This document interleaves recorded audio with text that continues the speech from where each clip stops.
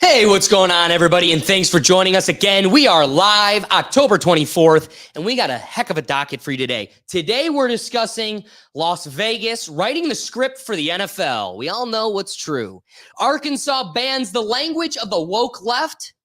BLM stands for Hamas.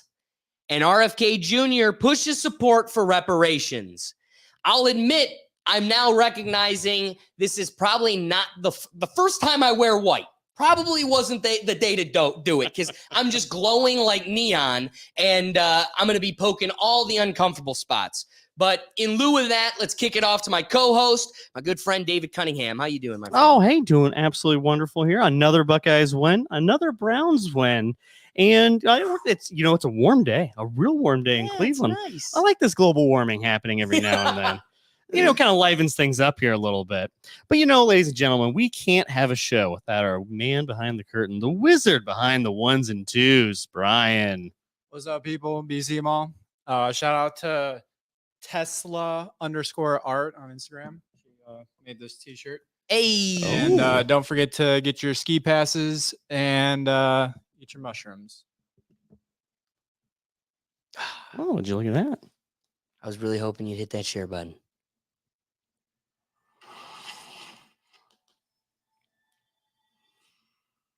Ooh, live. Real crisp. Sweet. All right, guys. Starting off with a hard-hitting topic. We all know the truth, and it's that Las Vegas writes the script for the NFL. Really, all sports. One thing that I learned is since the Supreme Court cleared the way for all 50 states in 2018 for legal sports gambling, there has been, and that's been about 5 years, $220 billion in this market for grabs. FanDuel and DraftKings own the market with about 70% of the legal sports betting. And what's interesting about this is we're not just talking about some dollars.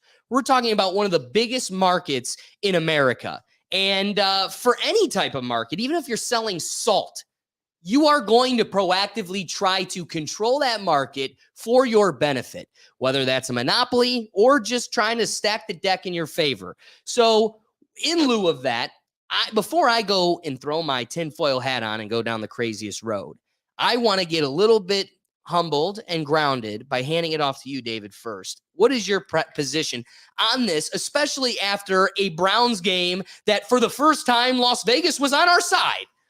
Clearly.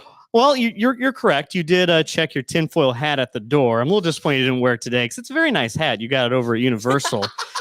But this is just complete and absolute hogwash. The NFL and by Vegas are not controlling the games. They're not rigging the games. This is just complete conspiracy garbage. And I've seen this. I've seen the Twitter pages. I've seen the Instagram reels. I understand.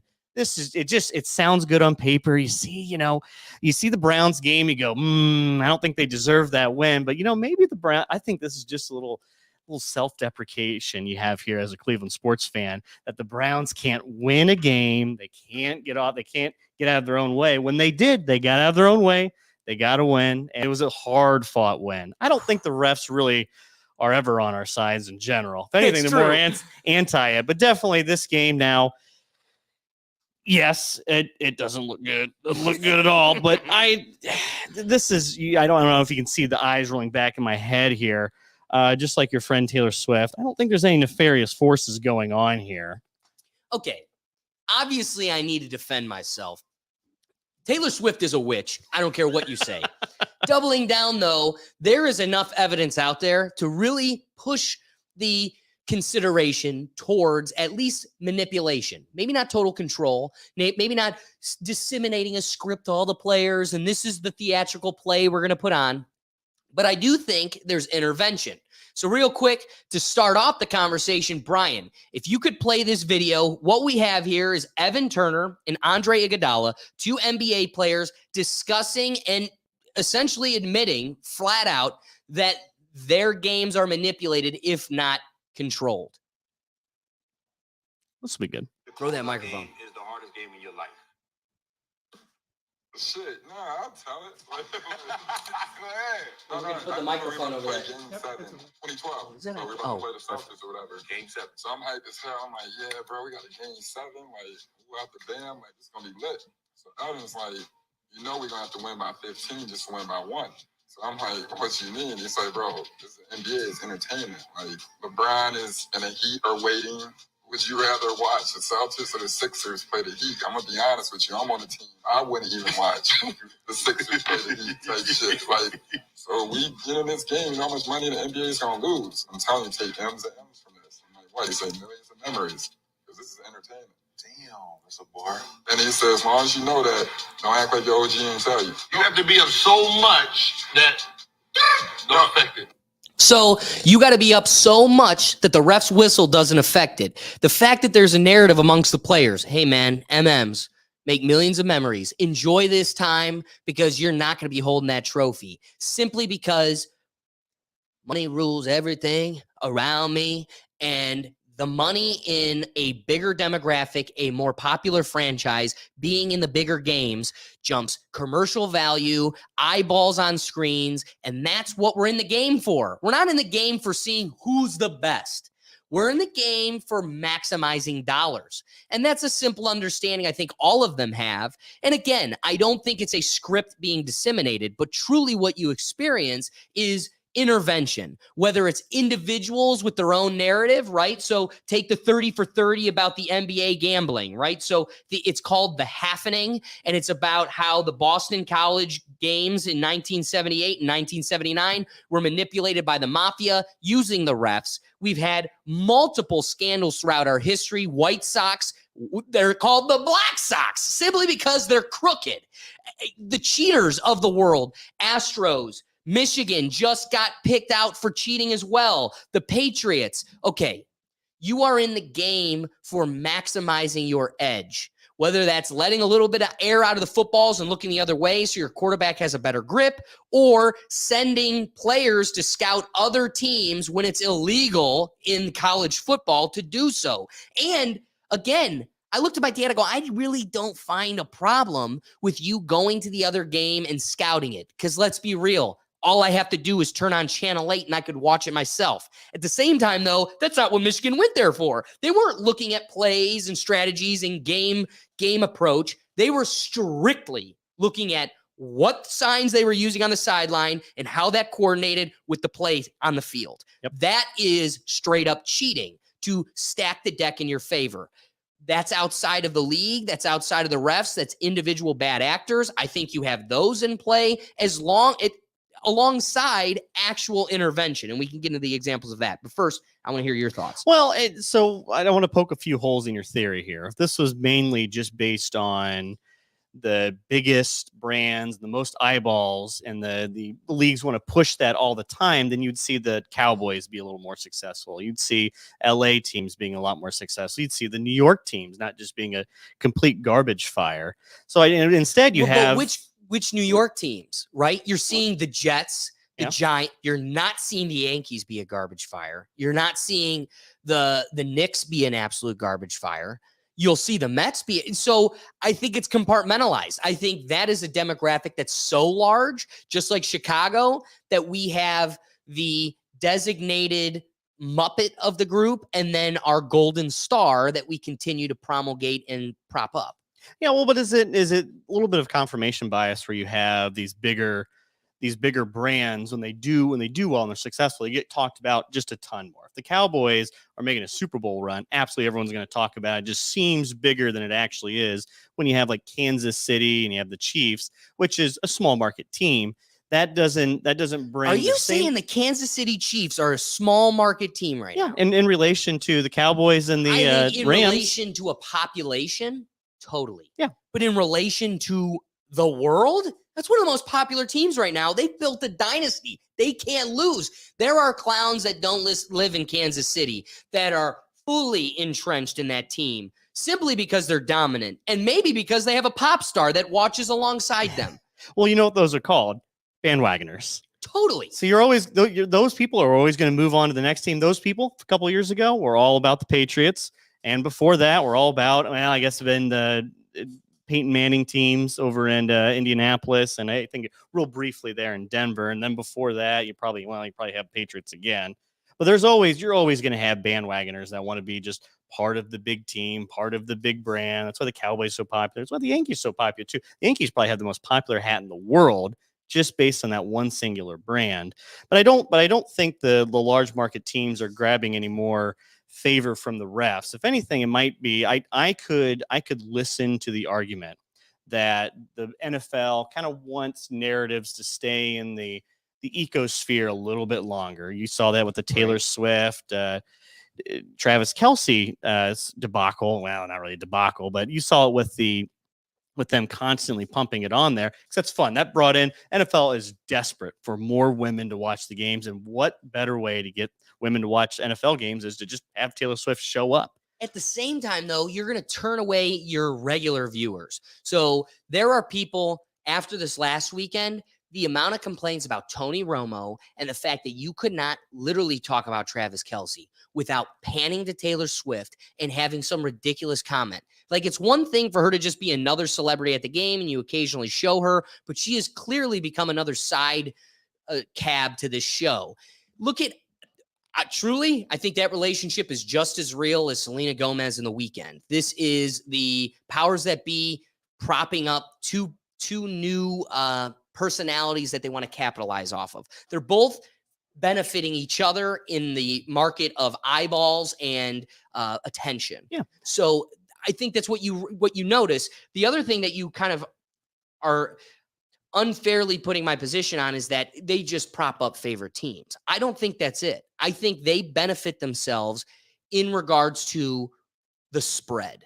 So it very well can be this team is the winner, this team is the better team, but let's find an instance where at the end we'll have some ridiculous safety or something that changes the point spread in such a way that it had no effect on the outcome of the game, but definitely profited the big wigs in Las Vegas. Yeah, I think the NFL is just a very competitive league where when you get to the fourth quarter, you get to the end of the games, most NFL games are only decided by a score or two, if that. So when you get down to the wire, every play matters more than right in the beginning of the game, and by nature, every call matters even more. So you're taking those under. So for every call you get or don't get, there's always calls you get, and again, you don't get on the other hand of it. So it's for every holding you get called, there's probably a holding you don't get called. And I think sometimes, it's just nothing's perfect, or, refs are not perfect at all. But there is, I'm sure there's probably a little bias. We each have our own individual biases, and the refs are probably no stranger to that at all. So I could never referee a Browns game. No, I couldn't either. So you're getting. So I think it's very tough to find individuals that want to ref football that have no skin in the game. Yeah, have no rooting interest in football. That's so fair. It's just it'd be like if you're going to be a race car driver, but you hate cars. So it's hard. It'd be hard to do it that way. So I think a lot of this is just confirmation bias, and there's just there's a narrative. You say, hey, well, the NFL's rigged, and well, what else doesn't help the NFL? Quite like voting. Like the national narrative on voting, the trust in trust is lost. It is. There's no. I like what the XFL and the AFL did is had refs speak upon the plays that they are officiating on. Ironically, two leagues where nobody is betting on them. They're actually not in the sports book. Didn't know that.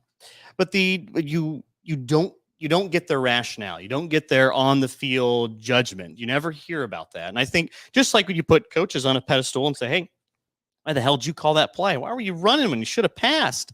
We don't do that to the refs. The refs don't put themselves in that position to be able to question on that. So we never get the refs rationale. It's always the ref calls it, says it, and that's it. That's all we ever hear from them. But why? Because I think a lot of those calls aren't coming from like an umpire. An umpire can go, I saw the mitt hit the guy on home. And even if video evidence corroborates the otherwise, at least he's proactively announcing what he saw. Whereas in the NFL, it is coming from an ear. They touch their ear and it's coming from New York. So it's also not like there isn't some multi-disseminated or how would I describe this? It's not like the source of power is disseminated across multiple local authorities, right? It's not like this stadium and the officials in this stadium are in charge of here. Indianapolis and Green Bay over here are having their own. Like every game, if you were to disseminate, and then you have three, there's how many teams? 32. You're looking 32. at probably 16-ish games across the country that all have 16 different authorities on the matter looking at it differently. It's like our judges. Yeah. You don't have one judge in the world or in the country determining all the judgments across the board. No, we've disseminated that power. We've decentralized. That's the word I was going for. We've decentralized the power. So I think it's really jacked up that just New York, the Lords of New York, they are dictating all of our interpretations of this. Furthermore, I want to get back to what started this topic. You picked upon it and why we chose it. The Browns game this weekend was ridiculous. And what's funny is by the last 5 minutes, I stopped worrying. We were losing, and I knew we were going to win. There was something in your gut that just goes, oh my God, for the first time, we've been picked. We've been picked because the odds were in our favor. If you were to look at Las Vegas, we were the plus positive, which means, when it comes to the odds were in favor of us, and that means more people were betting. It was very close odds, but odds were in favor of us. So if you wanted to make money, the bet would be on the Colts. Another statistic that triggered me at the beginning of the game.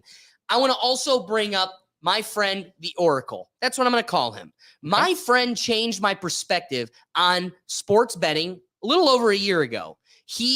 Everybody, I think, has their little version of autism. I'm jealous of his because he can see what we cannot. He has the ability to see who Las Vegas picked and how the outcome's going to come out. He has picked it in such a ridiculous rate to prove to me, because I thought it was crazy at first. He goes, pick a game, picked a random soccer game in Russia at 2:30 in the morning, and he was able to pick perfectly who won. So ever since that day, he's totally changed my perspective. When it came to last week, he said there was some statistic that, the 49ers, something about how we've never beaten the 49ers. Well, these little things, these little narratives are dropped to push people to go bet in favor of it. So right at the beginning of the game, they had like a 40-second back and forth about how the Indianapolis Colts are 10-0 against the Browns at home. And somebody very quickly followed up, those are good odds. I'd be happy to bet on that. And the back and forth was how stupid it would be not to bet in favor of a 10-0 record against the Browns. It's a give me. Then you watch the game, and we could not have more plays handed to us, straight up handed to us from multiple intercept. That second interception was an interception. I don't care what you say.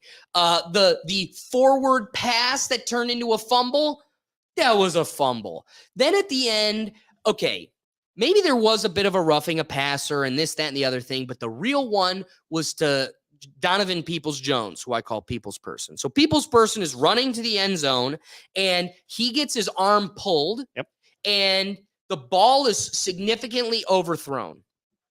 Our main man, Gene Steratore, hops on the line, and from New York, and he goes, I'll be honest with you, this is kind of a gray area.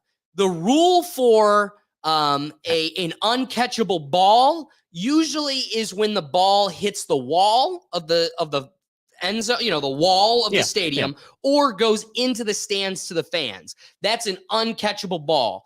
Outside of that, it's left to interpretation. You can see this is Gene Steratore's narrative. You can see very clearly that his arm is held, and so therefore his route is disrupted, and that would be a penalty. But he even goes, I still think there should have been a conversation about whether or not that ball was catchable. Again, if the statement is his route was disrupted, even if it wasn't and he was in full stride, that ball was still not inbounds or catchable, flat out. No. But it kept us in the game.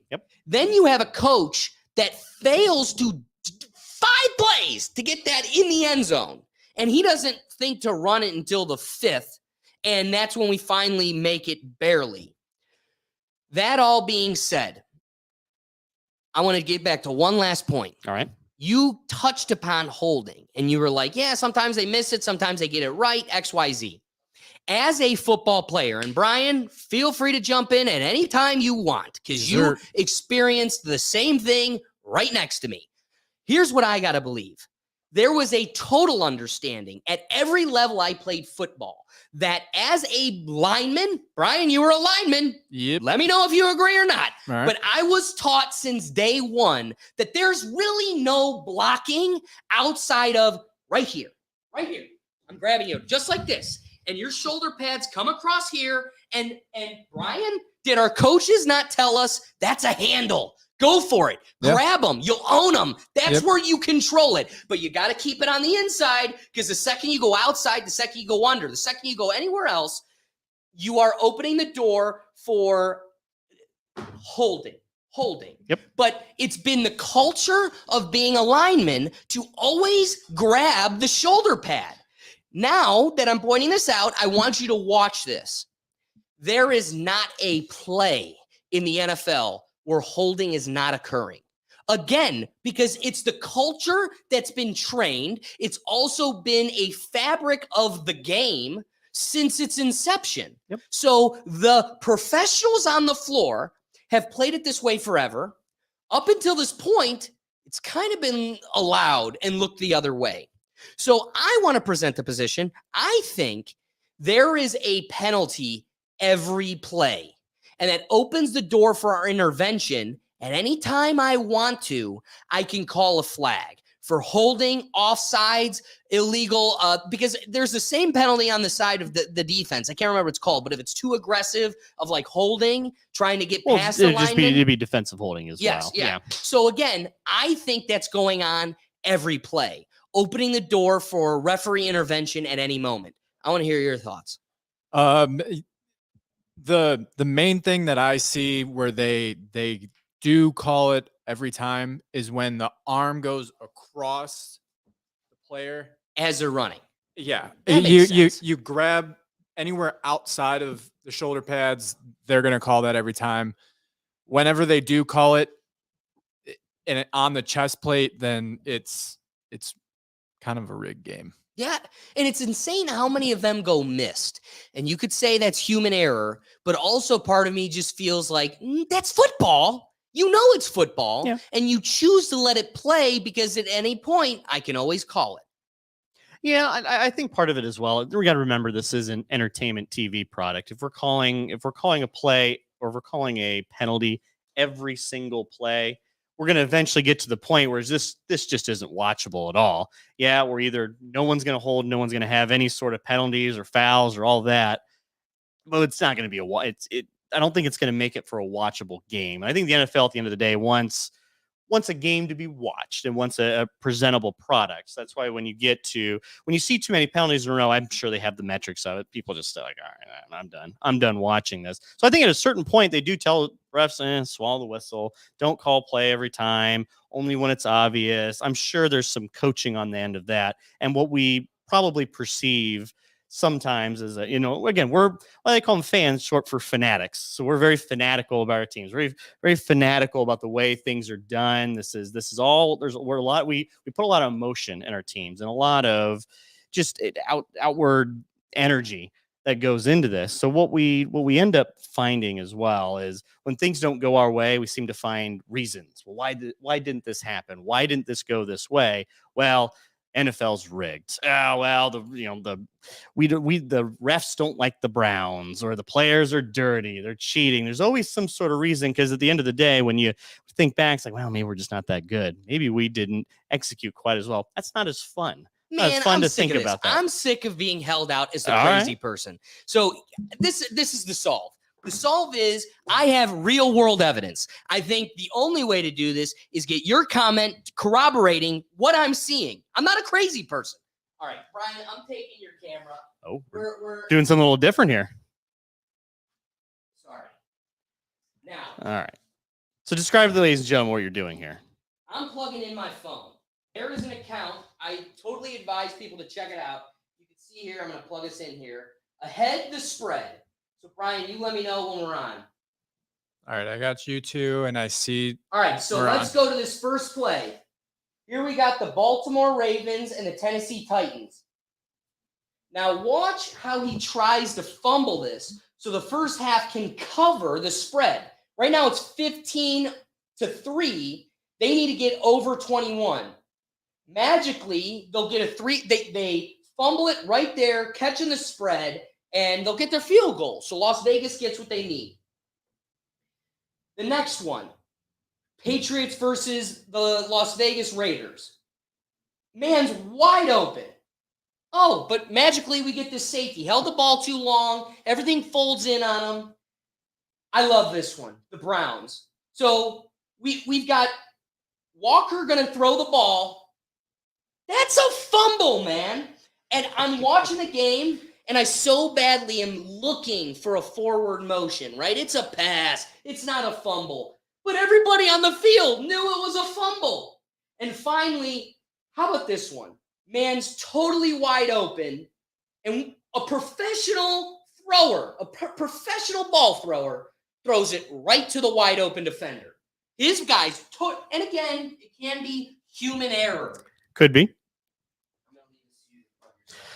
Well, so yeah, those are look a little convincing. There's a lot of power there, and I think there's a lot of power of suggestion going on. There's definitely, I think the Browns one. Oh yeah, the Brown one. That one's hard to defend. That's going to be. I'm always on the side of just defending these just impossible tasks. I'm walking uphill both ways when it comes to these. Yeah, it wouldn't shock me at all if 10, 15 years from now, if the NFL starts cooling down in its popularity, all of a sudden we get some stories out for some referees making some memoirs, looking a little, get a little cash on the side here. It's like, yeah, I got a call from Vegas, and they didn't tell me to rig it, but they said, make sure it hits this spread if it's not obvious. Yeah, wouldn't shock me. We've seen it before. As I said, with the NBA, it's happened. The refs there's this whole scandal that came out from it. The NCAA, we had it with the mobsters over in Boston College. Now that one's a little goofy. That one's real. That's interesting. But it doesn't help with society. It doesn't help with trust that we see FanDuel, Sports King, DraftKings. They're all in here. You can't watch a sporting event without some sort of narrative of betting lines, sports gambling. I think a little bit is fun. It gives perspective on who's favored, who's not, and all. And it kind of peels back the curtain of what experts think of these teams. But at the same time, it might not be quite positive for society. And as we're seeing right now, this is an opportunity if we're able to move this in our direction, because it's, I want to believe it's not true. Absolutely. I want to die on this hill that this isn't rigged. This is all in good sport, but definitely there is the evidence is starting to become insurmountable in certain ways, especially when we see these little things. It's all just death by 1,000 cuts when it comes to this stuff. So yeah, it's back to the chosen ones. The amount of clips from this season of defenders almost clearly choosing not to tackle Patrick Mahomes, to me, says it all. I'm not going to sit here and deny analytics. So a $220 billion industry, I don't deny, has supercomputers and people whose lives are dedicated to ensuring a fair spread. Totally, I'll concede that there are analytics so I don't know, what's the word? Like so strong in its ability to predict. Okay. Yeah. That they would have a very strong ability to just predict ahead of time. Right? They don't really need to manipulate because they have statistics that can kind of guide. They have all sorts of different models running all sorts of different predictions. So yeah, I can't deny those exist. At the same time, though, where it gets murky is, again, the death by 1,000 cuts. There are just this onslaught of evidence that makes people doubt. I don't think anybody's fully convinced because there's nothing yet to fully convince us. But at the same time, there seems to be some sort of intervention. I'll admit it's one of those like, hey, how do you keep somebody silent that's totally rigging the game? Like, why isn't somebody come out and said something, a referee or a player? I'm going to say you threw it all to the wind when you made women refs. And at that point, there was no. Woo! Hot take here. Hot Wow. All right. Well, take. Okay. Listen, you watch them on the field, you're like, all right, does anybody here care? I care. There goes all our female audience. Listen, you're not refereeing the games. You barely watch the game. You're only watching the game because he's watching the game. Other than that, you don't want to be there. Oh, okay. My wrapping thought is, truly, I do think there's a lot of evidence to support this. It's crazy, my Oracle friend, how he's able to predict this. And he isn't some rich guy that's just putting a ton of money into gambling. And he isn't some super lucky dude. He has come to me with a concrete plan, and he's doing so well at it that both FanDuel and DraftKings keep giving this dude free suites. And I lose all the time. I suck at gambling. So I just benefit off of him because they love the money. He's spending so much big money on this that they keep giving him free stuff to keep him gambling, but they've made no money off of him in comparison to what he's taken away. So here's a guy getting free stuff, making hand over fist, can tell you what's going to happen. All our friends surrounding him just go to him for help, and he can pretty much predict all of it. In that experience, it's hard to not see it. At the same time, though, it's heavily unrealistic that they can have some giant convoluted plan that everybody's in cahoots, conspiring with each other, and still able to hide it. So my position is this. I don't truly think they disseminate a script and tell, hey, Herbert, you're going to throw an interception. But I do think that we've seen this in the MLB. I think they do promulgate. Do you remember longest yard? Yes. Okay. So you have Adam Sandler goes in the locker room and the other guy offers him $20,000 to throw the game. I would not be surprised in a realm with the most money, right? We're talking about the NFL. Yep. The most money. And they fine you for $20,000 for doing a jig in the end zone. They're just as quick to give that money back. Here's $20,000 to throw a bad pass. But I think you'd have players come out and say stuff. So I don't think that's it either. What I do think is you have the door open for referee intervention on every play. DBs are always having hand fights. Linemen are always holding and having these plays. If you do look at the D line, there are end zone infractions more often than not. Yep. I think what you'll see is it is there, and at any point they could call it when they want to. That's what I think. Yeah, I don't disagree with that at all, and I think we're starting to see more and more as we get more invested. The viewership starts going up. You just have different perspectives on the outlook as well. Because I don't remember hearing a whole bunch of this outside of just offshoots. You know, you crazy guy at the bar says, "Well, this game's rigged. They threw this pass. They called this play." You hear that, but now we're starting to get accounts. There's starting to become a whole business on not even pretending, but just showcasing. Hey, this is probably rigged. Now, the one thing that does convince me that none of this is being rigged is the NFL's playing shade to it as well. NFL has commercials saying, well, we're script. You know, those commercials. Roger Goodell has made jokes about the script I sent up. Yep. When they're not, the NFL's not that cool to be that self-aware. So they're throwing some shade at it and going, we're not really rigging these games, even though people think we are. That's really the canary in the coal mine for me. Or is it hiding in plain sight? We can't hide it, so might as well laugh about it. I don't think they're that smart to do that. It could be true. Brian, what are your wrapping thoughts? It's nice for the Browns to get a rigged game for once. I mean, we've been on the other side of the coin too many times, and I'm definitely a believer when it comes to them rigging. But dude, that Chiefs game. Remember when we were in the playoffs against the Chiefs? That was us. We were Yeah. going to the championship. I don't care what anybody says. That was our game. And it was taken from us at the end of the game because back to what Iguodala and Turner said, who wants to see the Browns instead of the Chiefs? Low key, I don't know why they've come to this conclusion. We're a shitty market because even though we're the shittiest team, we have the most backers clubs across the country and we're the biggest fan base. So part of me feels if there was intervention, it would only make sense to get the Browns there finally because we have the biggest fandom and everybody's just itching for the underdog. Well, they know we're not going anywhere. Yeah, that's true. That's true. We are Hook, line, and trying to sinker. sell the Browns. Ooh. No, what he means is us fans. Us fans were damned. There's nobody. What was it? When we went 1-15 and then the winless season, if you didn't leave then, you weren't ever. You're stuck. No. You're here. You're here for the long run. Yeah.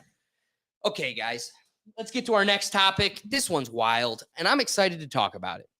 Arkansas Governor Sarah Huckabee signs an executive order banning woke words in state documents. Before we dive into it, Brian, do you think you could play the clip for us here of Sarah Huckabee explaining what's to come?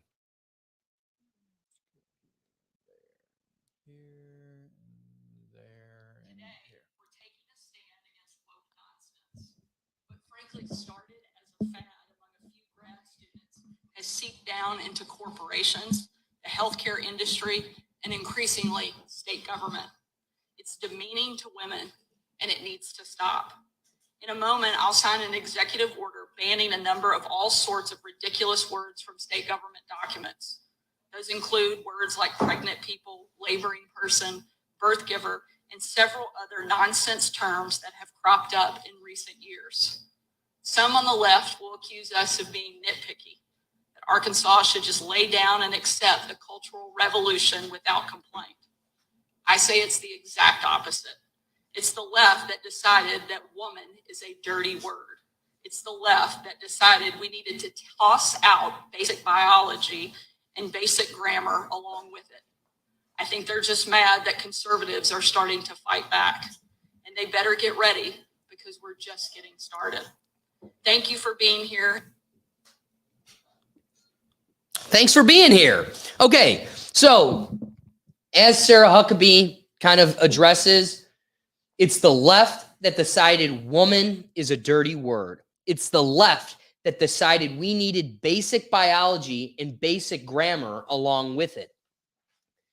This executive order prohibits all state offices, departments, boards, and commissions from using the words and terms Governor Sanders describes as ridiculous. Effective immediately, exclusionary and sexist terms are to be replaced with accurate, female-affirming alternatives. The newly banned terminology includes menstruating person, menstruating people, birth giver, woman X, woman with a Y, laboring person, birthing person, human milk, chest feeding, body fed, person fed. Instead, the state must use alternatives such as woman, women, birth mom, breast milk, breastfeeding, breastfed, pregnant woman, pregnant mom, birth woman. Okay, here's kind of my position on this. All right, lay it on me. I cannot stand this ridiculous language, and I cannot wait for us to get rid of and eradicate this infection. At the same time, I don't think this is the way about it. The whole heart of the Rethink Tank is to defeat bad ideas in a free marketplace of ideas. The way you eradicate ridiculous terms like this in such important documents is by education and convincing morons that that isn't the way to talk. At the same time, though, banning it doesn't solve the problem.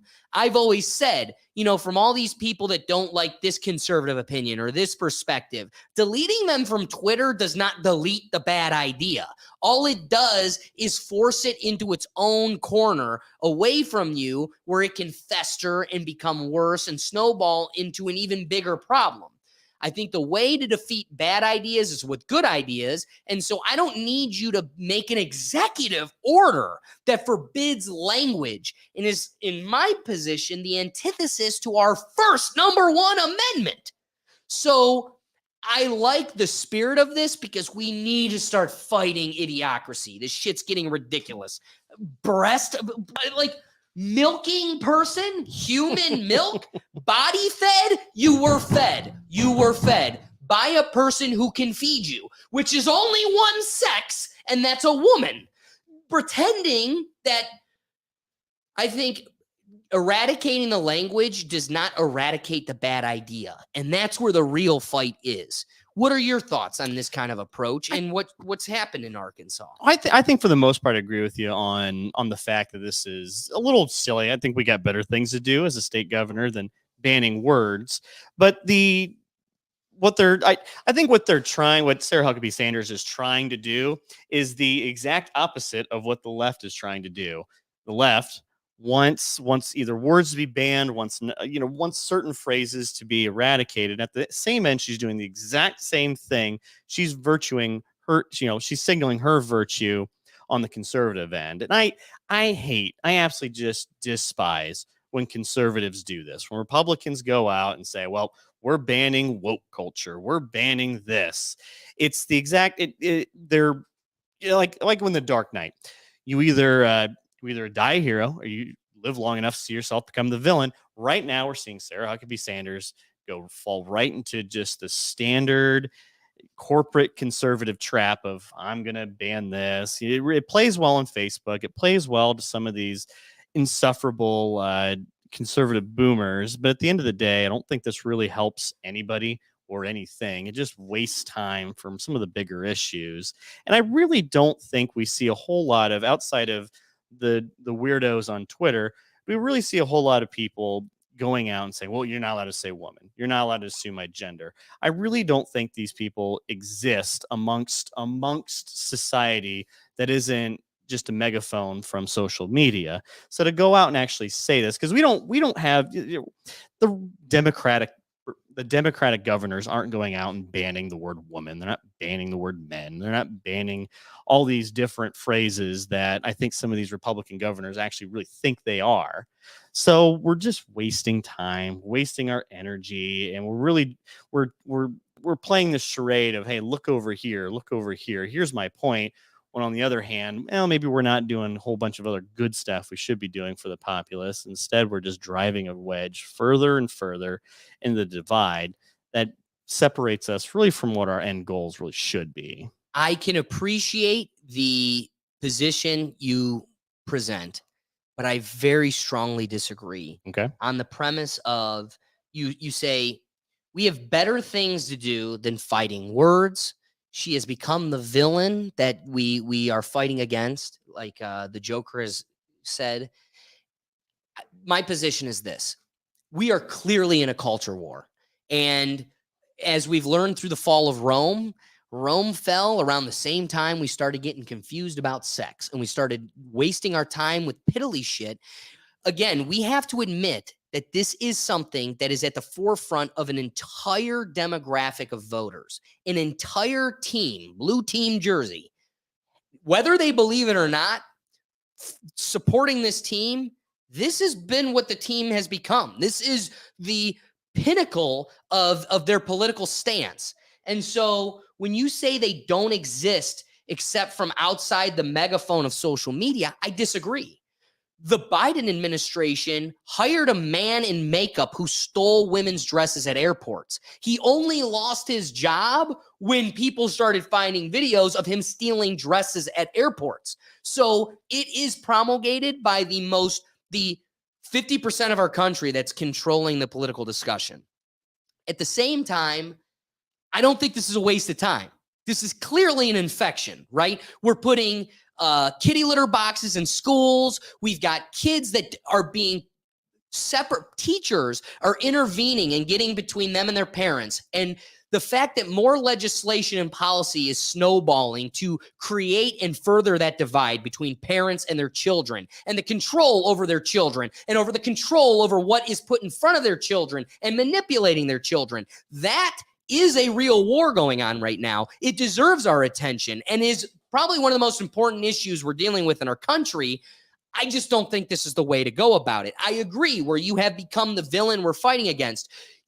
the answer to this, though, isn't turning our head and ignoring it, because the reality is we have kids with poisonous water in Michigan. We've got the infant mortality rate is higher in Detroit than it is in Haiti. And at the same time, the major focus of our politics, and especially the brain dead administration that's running our country currently, their focus is queers, trans, and anything else that doesn't have a male-female balance. So that is the fight right now. Supporting women, the sanctity of women's sports, the just being a woman. Like, it is insane that we're not referring to a woman in a legal document. The fact that we need to create another legal document to rectify our terms, like, dude, me and you speak language for the purpose of us having a commonality so we can communicate messages. So if I'm saying woman and you're saying birthing person, what's the purpose of language? We're not even saying the same damn thing. This isn't supposed to be mean. This isn't supposed to debilitate a certain group of men that tuck their dicks. It's supposed to have, we're in a world of 350 million people, and the way for us to operate and coexist is to have a commonality of terms. Because you have been convinced by the talking box or the black mirrors that this is a victim word that oppresses you. Because they said it doesn't make it true. And because you're infected by it and caught in this delusion also doesn't make it true. And doesn't also mean I need to placate to it. So my argument would be, this is a very real issue that needs our addressing. I just don't think this is the way about it. I think the way of solving this issue of a weird person in Arkansas government from putting this in their document is not allowing them to throw their head in the sand like an ostrich and forcing them to have a real debate and confronting the idiocracies they protect and hold in their brain. I might be holding the idiocracy. Maybe we should be calling breastfeeding people milk people. Maybe that is what we should call them. But the only way you're going to get me using those terms isn't going to be canceling me and preventing me from feeding my family. If you're so strong in your convictions and you're so damn right, sit on the other side of this table and convince me otherwise. You don't have the ability to do that, and you refuse to do that because I'm in the right, and your ideas cannot defeat mine. So you have to silence me. You have to force me in political documents and at my job to do this charade you've created, because in the end, none of it's rooted in logic. So you have to suppress logic. So my fight isn't for government intervention. My fight is for promoting the logical arena where we can battle it out and finally come to an answer. Well, you bring a lot of passionate points on this. It's still, I think we do. I think we spend a lot of time trying to be the opposite of what we think is going on, especially. So yeah, do you not think that's what's going on? I think we're throwing more attention to it than I think it really deserves. So I don't. Again, I don't. We, me, and you, or we as a culture. We as a culture, or at least let's call the the conservative movement on the anti-woke culture of this this side of the culture war. I think some of the best ways to get rid of something in society is just to starve it of oxygen. When we have these press conferences that go out and basically go, well, we are saying woman. It's like, well, that was always allowed. It's always something we're allowed to say but increasingly maybe not. But I think it's still this very small percentage of individuals, but we give it so much oxygen with social media and with these people who are very loud about it. We give them too much attention. We allow them to have too much power. I think when we spoke last week on some of these pedophiles that are in Hollywood coming back, but they're not quite as successful either as they used to be, or they're not getting any of the attention at all. Part of that's just the attention economy.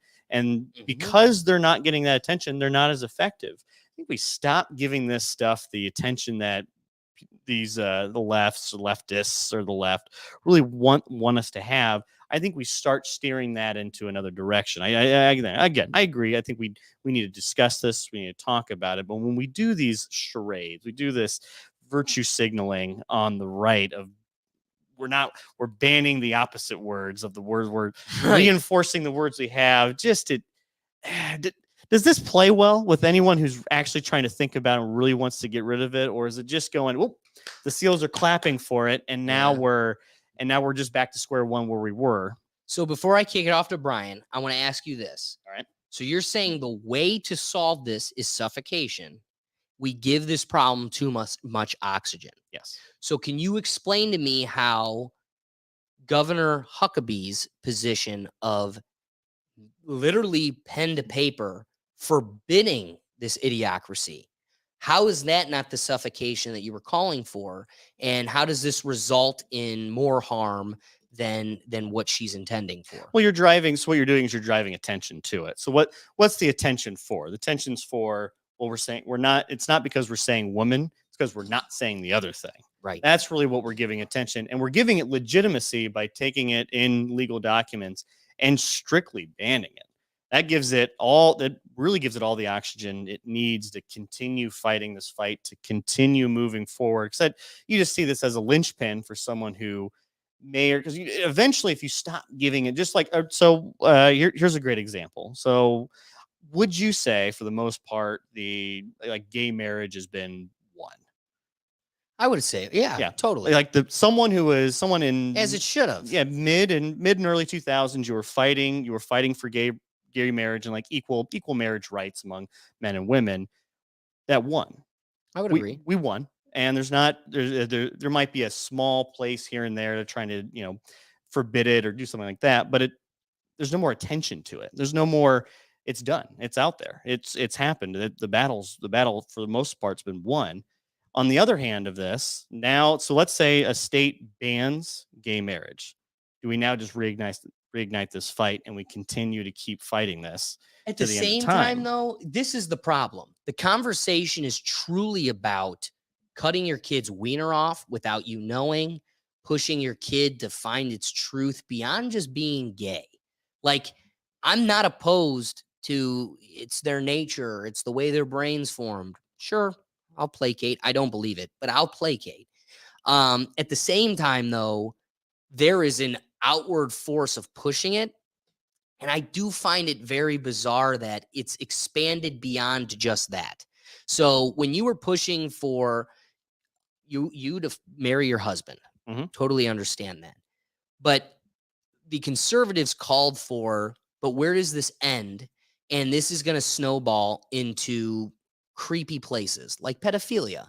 And very quickly, the same collection of alphabet people are trying to fight for the rights of minor attracted persons. So it started off as you marrying your husband, and it very quickly snowballed into cauterizing children and litter boxes in bathrooms. So I think the problem is they're extremely two different things, but we're talking about 1.5% of the country, and that's gay people, and about 1% of the country is trans. Well, the political dialogue operates as if these weird letter people are even close to 50% of the population. That's how strong the narrative has become. And you needed to take the 1% of gays and combine them with the 1% of queers and combine them with the less than 1% of trans and the even less 1% of furries and even less than 1% of cat people, because we need to make this group significant. Because in our individuality, utilitarianism, we couldn't be less significant. So what I think is unfair is they have blurred the lines of a man marrying his husband and combine that with children mutilating their sex organs. Brian's been itching to jump in. Brian, what do you got for us? So not to poke the bear, but I think, yes, Arkansas has given way too much credit to put this into a bill, and I don't think that government should have authority to control what we say. But just kind of poking the bear, what happens when you do say these words? That's a great. I mean, It's put into law that they're banned, but what is banned consequence mean? I think I read or at least I read the document as more so that it's not allowed to be. So if you have an official state document, it's not allowed to say X, Y, and Z. But I think in the purpose of I don't think the person's going to see jail time, Brian. I No. don't think the person's going to, what I think you're going to experience is the document must be edited. It must be revised for it to be official. Yeah, I think so. I'm sure there's probably a whole, like, we could probably go into like an hour of reading the whole document into it. But where does it end? Probably state property, state government. I don't even think legislature. I think it's more of just like a titles or like rules within the, I don't know, rules in the bathroom. Like, that sign has to say woman, it's not birthing person. It has to say men, not birthing person. But I'm glad you touched upon birthing person, because we make out these angry conservatives to be delusional, like they are unnecessarily throwing bricks. But the reality is, in 2022, the fiscal year budget from the Biden's administration used the phrase birthing person instead of women. The Biden administration's blueprint for addressing the maternal health crisis, released in June 2022, used the phrase pregnant people in addition to sex-specific terms like instead of sex-specific terms like woman or mother. So I don't think Sarah Huckabee is too unrational and is like taking an attacking approach, because the line's already been drawn in the sand by the powers that be. The administration in charge has prioritized this as public policy. They are incorporating this in their government approach, and it's only natural for the representatives of the people to push back on their behalf. I think people are sick of this. I don't think logical people with all their chromosomes and all of the right chemicals firing in their brains, I don't think any of them find logic or any type of support for this delusion. And so what's scary is I think there's full agreement across the board of this room. Nobody wants to see outward intervention by the government restricting speech. But I also think people are willing to lean into this a little bit more than they otherwise would in any other speech infraction, because I think we're sick of it, and we're seeing that this is a sick delusion. If you're a woman, and the sad part is, like black people, women are convinced that they should vote blue simply because that's the good guy team that cares about you. But they proactively do things to keep you desperate and in need of their support, because otherwise, the second you don't need them, you're going to have the logic not to vote for them. So I think it's sad. What I want to speak to, who I want to talk to, is the woman that votes blue. How do you not see that? And this is the problem. When I make these comments, it becomes team-based. We think that I'm saying I'm better than because my team's better than. No. I cannot beat the best woman athlete. The best. She beats me. She beats you. She beats our buddy Doug. She beats all of us. But the reality is, she does not beat LeBron. And this delusion that she comes even close to it is nothing more than that, a delusion. And we need to start being real. There are real differences. I saw today, dude, and it triggered me something fierce. What'd you see? An American anthropologist came out and declared that their studies are showing that women in the past females were not just gatherers, they were hunters too. And the first comment nailed it for me. I guarantee the scientists that came up with this great, discovery probably have their pronouns in their profile, right?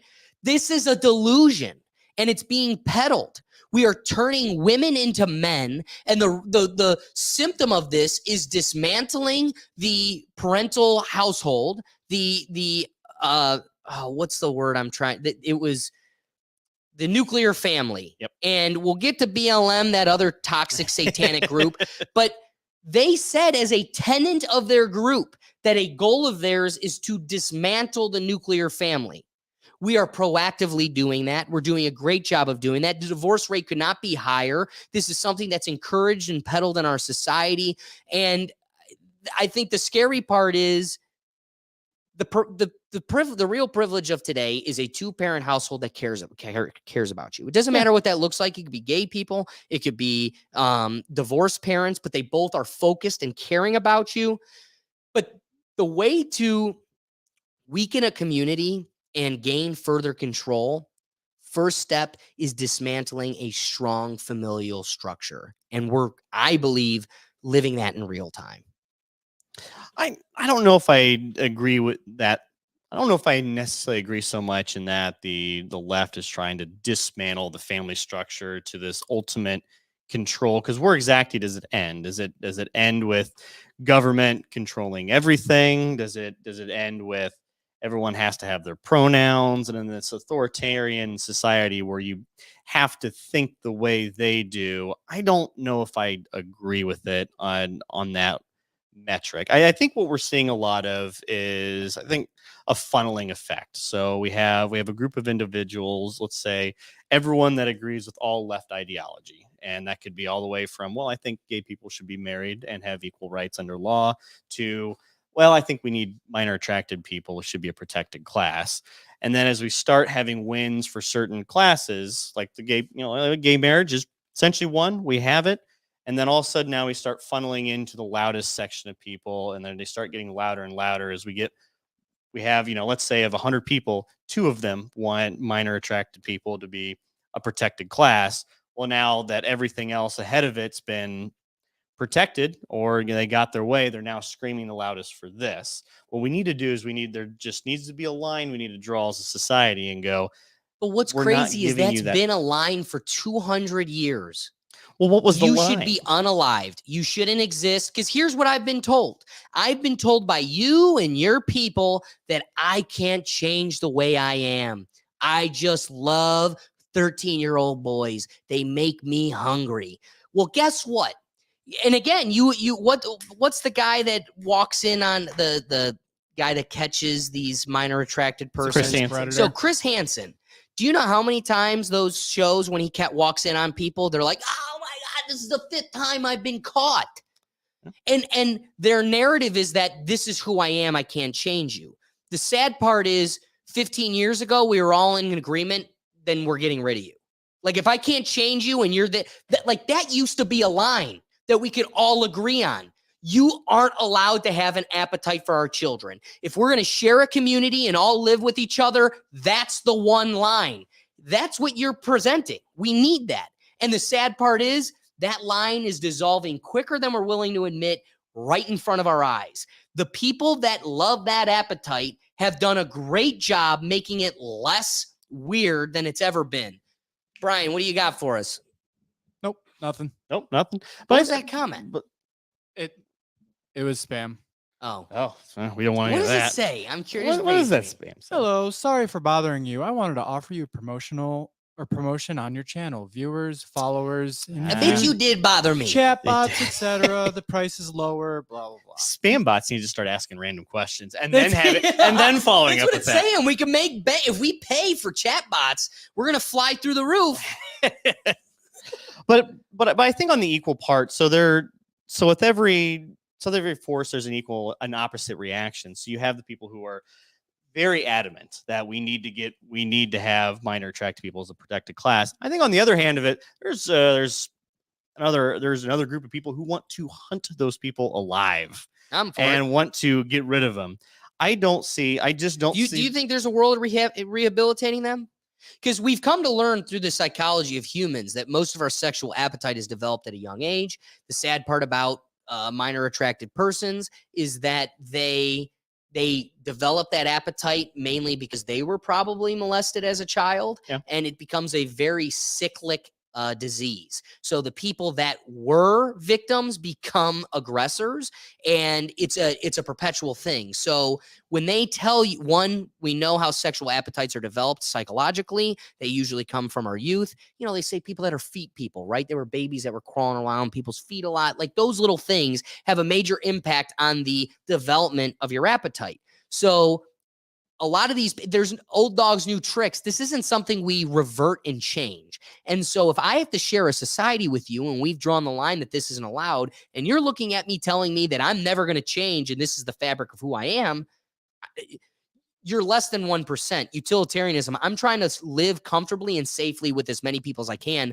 You're not one of them. Yeah, but then it starts becoming like, who do we pick to be alive and who do we pick not to be? Perverts. Is it Guys that love children? That's listen, I'm not sitting here saying guys that love perverts and people that have had a cheeseburger today, right? Like, I'm not, this is not a ridiculous thing. And it's also one thing. I think maybe if I start coming to you with a CVS receipt list of people I want to unalive, you should be concerned. Yes. And you should start raising an eyebrow. But tell me, do you think it's a ridiculous platform to have a passionately strong position against people with an appetite for our children? Oh, absolutely not. You should not have a passionately strong or strong platform to want to keep those people around.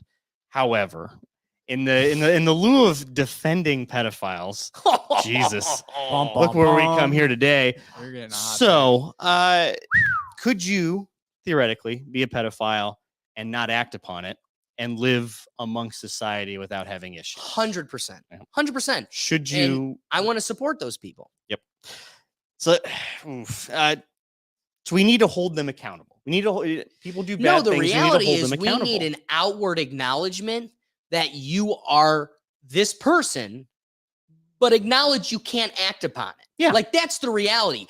I'm not going to live in a society. And again, piggybacking of our last conversation about freedom of speech, you have the freedom to say whatever you want, but you are going to proactively make me against you. Like, I will proactively act against you. The moment you can be a closet creep, but the second you're a closet creep and then start saying, I want to support these people or come to their defense, yeah, that's just not like, we don't have a lot of rules, right? Like, I'm a libertarian, live and let live. I say it all the time. I don't care who you're having sex with or what you're smoking on your property. As long as it doesn't affect me on mine, I'm liberal to it. But of that being said, there should be some basic tenets we all agree on. You can't steal my shit. You can't murder me. And you definitely can't sleep with children. I'm not asking for a lot. I'm not saying you can't go to another state. I'm not saying you can't gamble. I'm not saying you can't have alcohol or smoking a joint. All I'm saying is you can't sleep with my 14-year-old. Is that asking too much? And I want to live in a society where, when I'm saying I'm not asking for too much, and this is just only one of my few platforms, I want to be able to consciously and proactively also set forth that you're not allowed to advocate for it too. You're out of our few rules. I got the freedom to say whatever I want, except for defending the one rule we're all against. Is that asking too much? That might be asking too much. I think on the principle of freedom of speech, it's all or nothing. Yeah. But that doesn't mean it's you're without consequence. And speech versus action is a different thing. Correct. It is so if it's I can be against you. I don't have to like you. I don't really, and then here comes the other half of it. Do I have to service you? Do I have to, hey, you're coming in for your oil change. I'm in charge, and well, it's Jerry the pedophile in town. He's never diddled a kid, but I don't want to give him an oil change. Then I think that's where we start getting some of these gray areas here. But I think let's kind of bring this back here. I think we went on the extreme here. I don't think we're at that point, and I honest to God, don't think we're going to get to that point where we're going to have Sarah Huckabee Sanders out here going like, well, we're against pedophiles.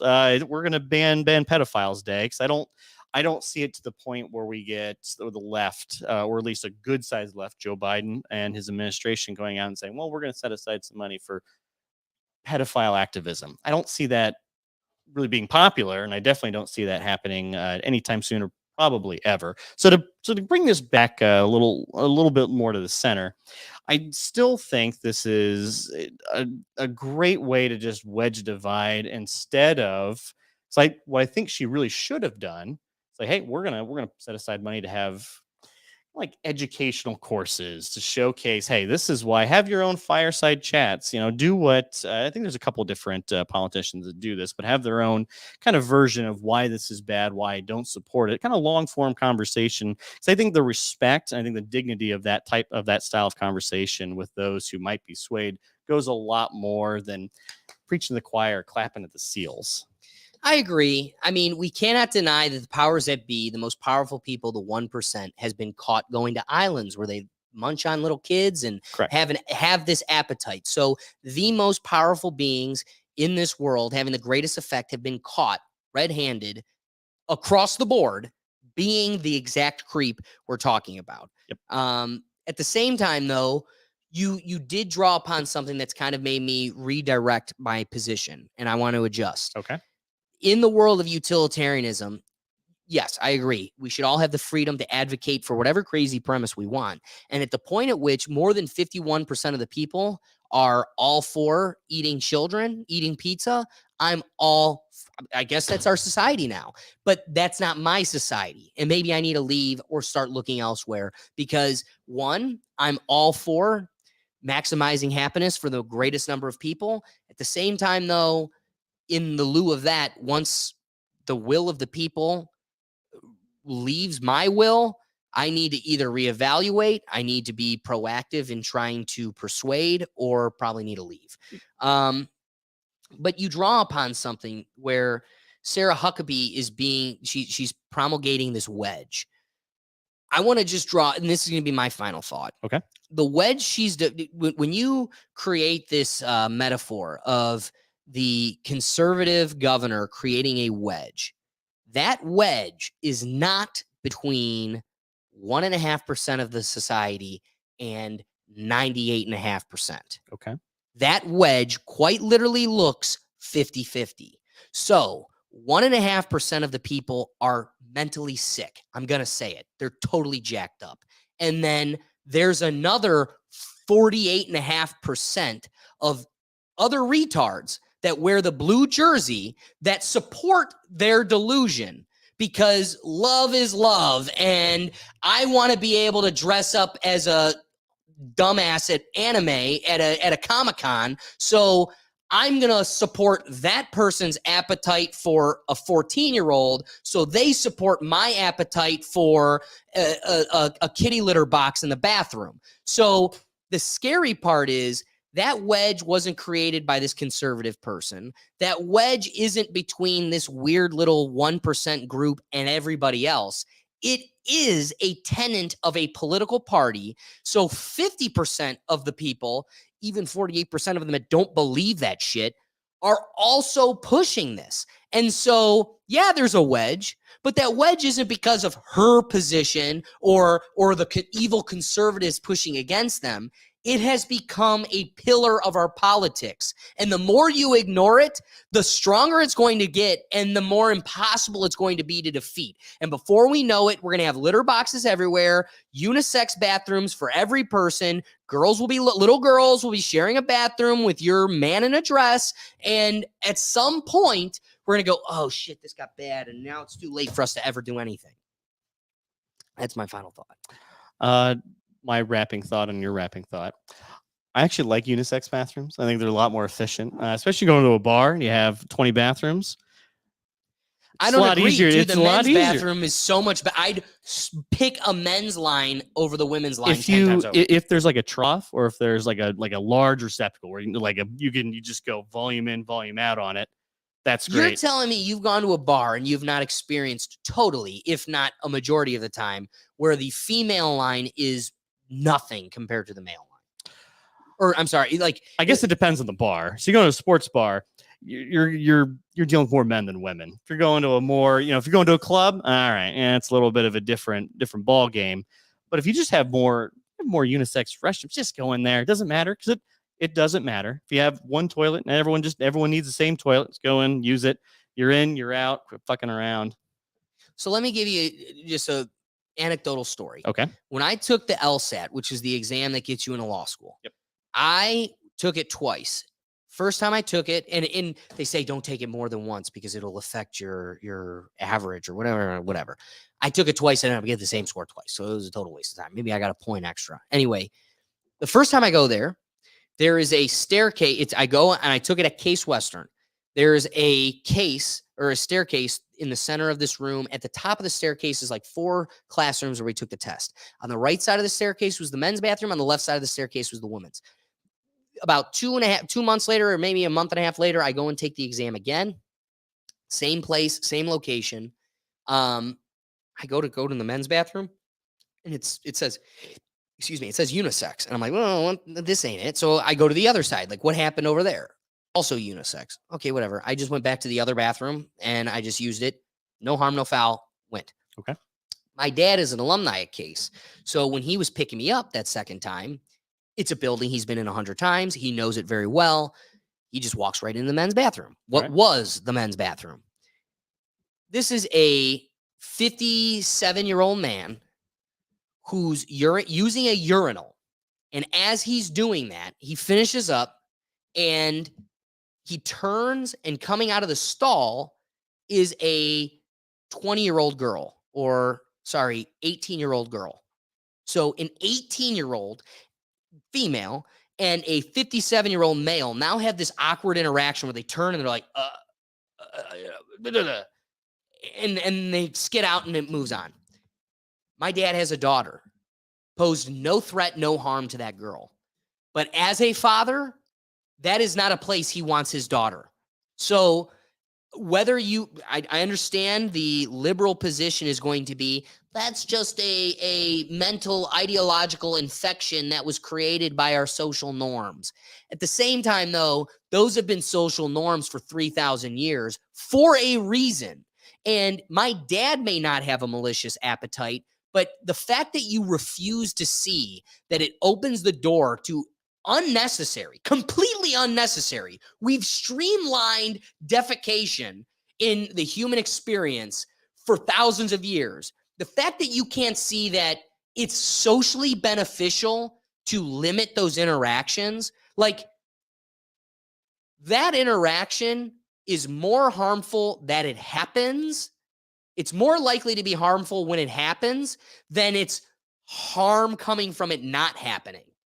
So I agree with you. Are you going to see a spike in women being abused in bathrooms? No. But you are opening the door to something that's completely unnecessary because a man with body dysmorphia and a mental illness, we've convinced ourselves we need to placate to. That's delusional. There's no need for that. Let me refine my statement here. Unisex bathrooms are all right if it's like a single person going in. Cheers. Cool. I'm with that. And I agree. That just sounds like a poorly designed bathroom. Right. But again, that's in a university. That's pretty creepy. You've got 18 through 22-year-olds sharing a bathroom. I don't think a 22-year-old male or a 19-year-old male is going to pose her a threat. But what are we gonna do when a Korean spa has a man? So I went to the Wee Spa in LA. Okay. The way this spa works is the first floor, women and men are totally separated. Totally separated. Okay. So there's a locker room, a shower, a sauna, hot tubs, cool pools, the whole thing. All of those experiences are totally naked, and the men are separate from the women. So there was a story that came out in like 2019, 2020, where a mother was at the Wee Spa with her daughter, and she was ostracized as the bad person when she didn't want a flopping sausage in front of her daughter in the lot. Do you think you're a married man going to have children, I assume? Is that what you'd want your wife and daughter to experience? A totally naked man, stranger, likely to pose no threat, is infringing on their free space where the next 2 floors, everybody wears a robe and co-mingles, and you'll be able to catch them at the next floor after we finish the spa. To answer your question, no, probably not. That would not be So let me not pick something at I would that. choose Let me to do. pick at that. All right. Why?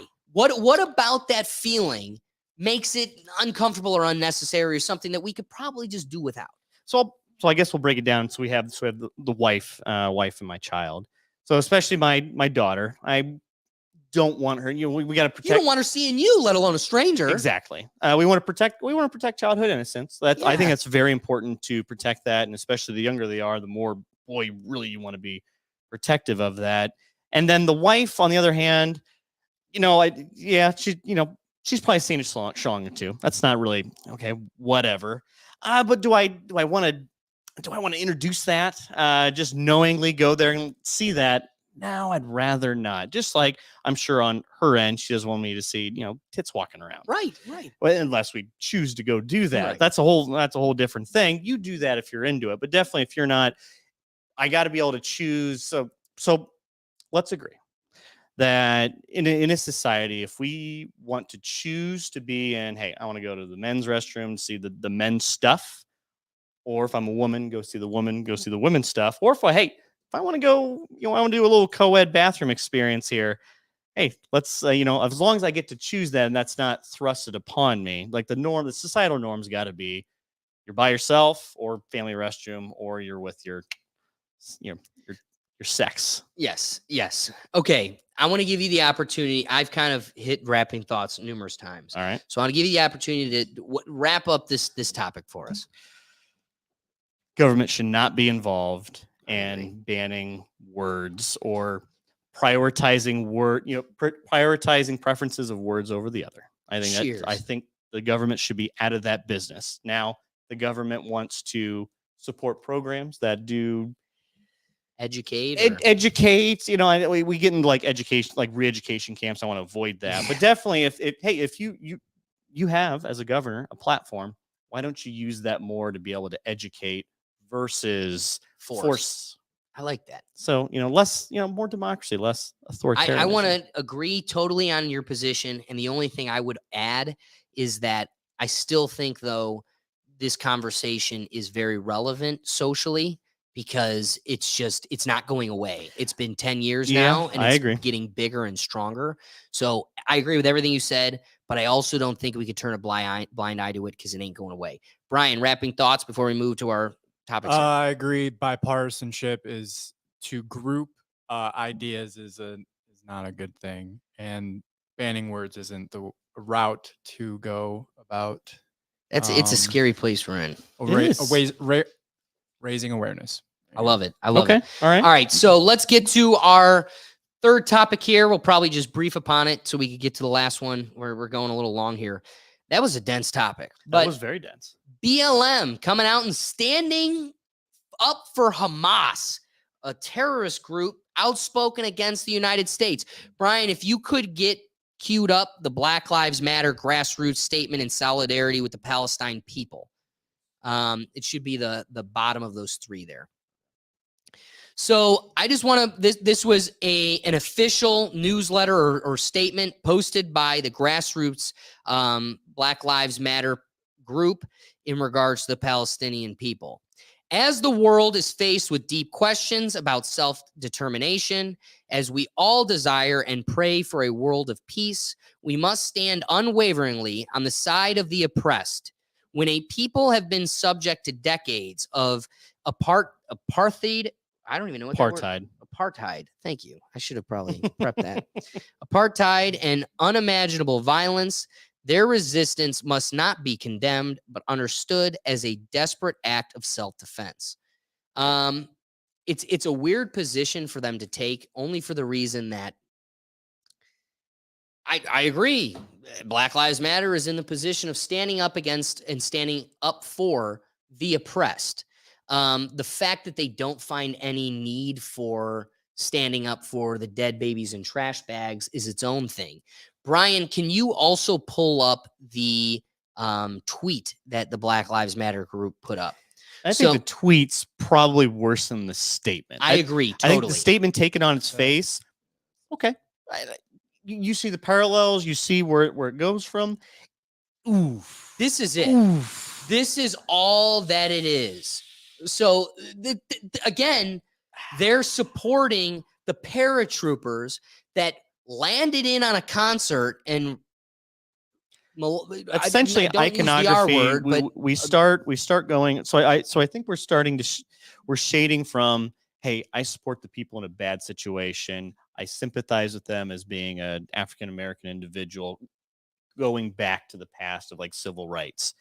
And then we start having the shades of, well, I support the iconography of Hamas. That's where I really start thinking this takes a turn for the worse. I'd even half support BLM's support of the Palestinian people as, hey, what did BLM start out as? A rebel force against police brutality. Okay, you can see the parallels with the Palestinians, standing up against Israel authoritative measures and what they claim to be their land. So it's like, okay, yeah, I could see that. Do I support either group? No, not really. But you could see, you see where the parallels drive. Once they threw that out there, once I saw, like, oh, you got to be kidding me. That's got to be fake. That I first thought it was so ridiculous that was fake, and no, it's not. No, it wasn't. Nope. I It's real. agree with your initial presentation of it, that it's good to speak up for those that can't. Yep. And that was kind of an initial tenet that was at least advertised by Black Lives Matter. But let's be real. By the end of the road, history speaks for itself. What we learned about Black Lives Matter isn't that they care about any lives, let alone Black lives. They are a corporation that sole purpose in our country is to push for hate and cause chaos, burn us down and turn us against our neighbor. So when it comes to Palestine, the problem is this is a very nuanced issue and the lines continue to be further blurred. Yep. The person I stand up for is the persecuted Palestinian family that does not support Hamas, that doesn't want to kill Jews, and is just trapped. Yep. Egypt isn't letting them leave. Gaza is continually restricted. You're starved, desperate, and have nowhere to go, but you're encompassed with this group and forever damned. That's the person I feel bad for. The reality is that's not the person even Black Lives Matter is speaking out. When they sit here and go, we are a group that's here to support the injustices of the people, how wild is it that you're not supporting those people? You're supporting the terrorist group they're being encompassed with. Yeah. Hamas is a terrorist group, an Absolutely. outspoken terrorist group that is being supported by the Iranian terrorists that in conjunction, the two of them are screaming at as loud as they can, death to America. So it in no way surprises me that the Corporation for Chaos is supporting the group that screams death to America. And the scary part is the number. I'm all for protest. That's been a theme of the day so far is free speech and allowing people, no matter how delusional it is, to support that opinion. The scary part is it's no longer these groups that took arms in Chicago and collected in New York and are protesting in Florida. These groups aren't just saying, save the desperate people. They are now also parroting the narrative of America is the problematic actor in the world arena and death to America. So that's the scary part is we've got a ton of people pushing for funding and support to groups that want to see us dismantled and eradicated. Yeah, it's shades of Malcolm X versus MLK. Yeah. That's really that. I think we're drawing some parallels with that, and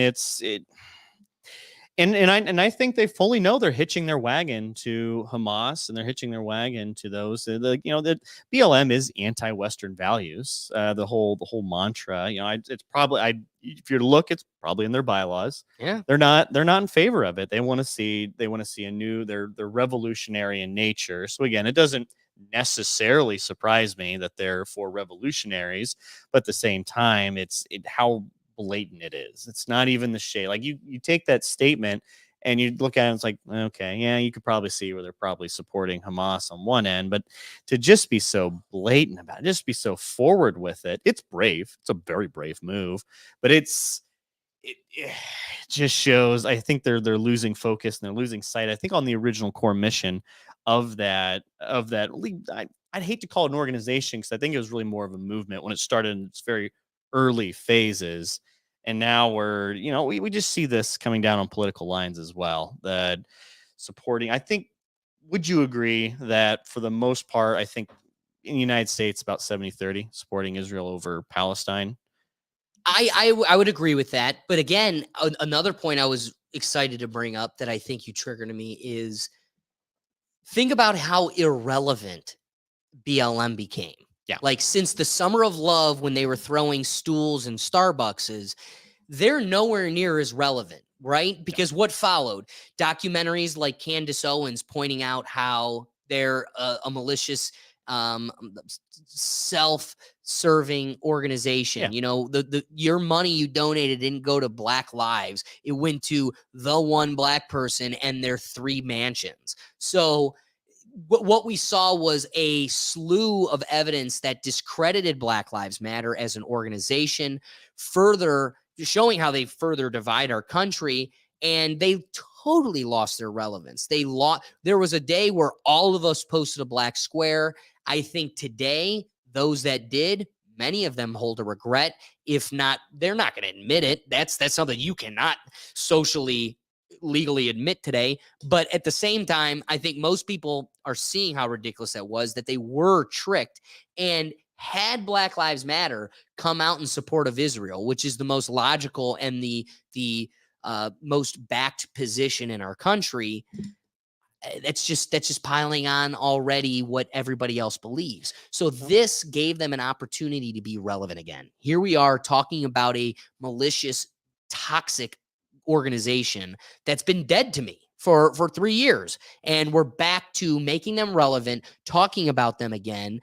And I think that's why they picked that side. Yeah, and I think part of it is politics. I think part of it is rooted in their the revolutionaries. I don't think they're. But you could make that position for either side. The nuance of the Israel-Palestine debate is you can find that silver lining on both sides. So if BLM wanted to take the position that we are purporting the victimized, you could twist the lens and tilt your head and squint in such a way that you could make that same argument for Israel. So the deck was stacked in their favor. They could pick either side and still come out on the other end making the argument that they support victims.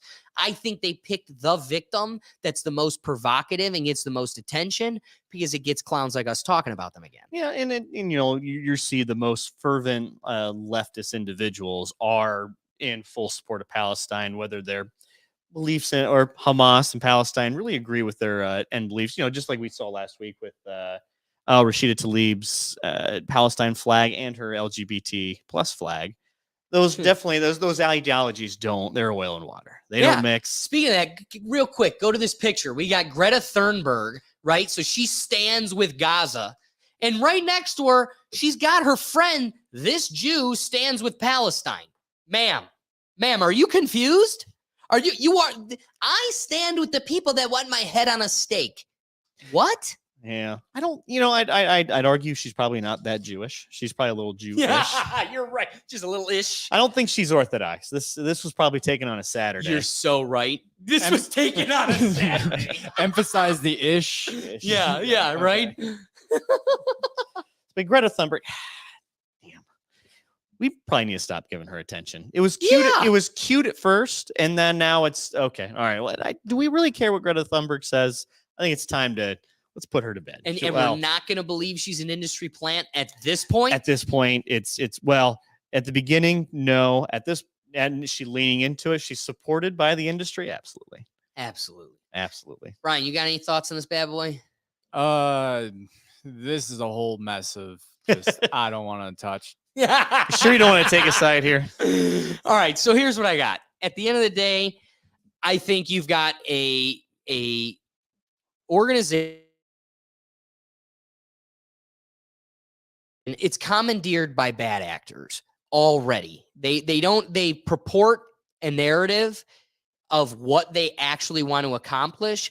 And then when one of their main tenets is dismantling the nuclear, we want to support Black families.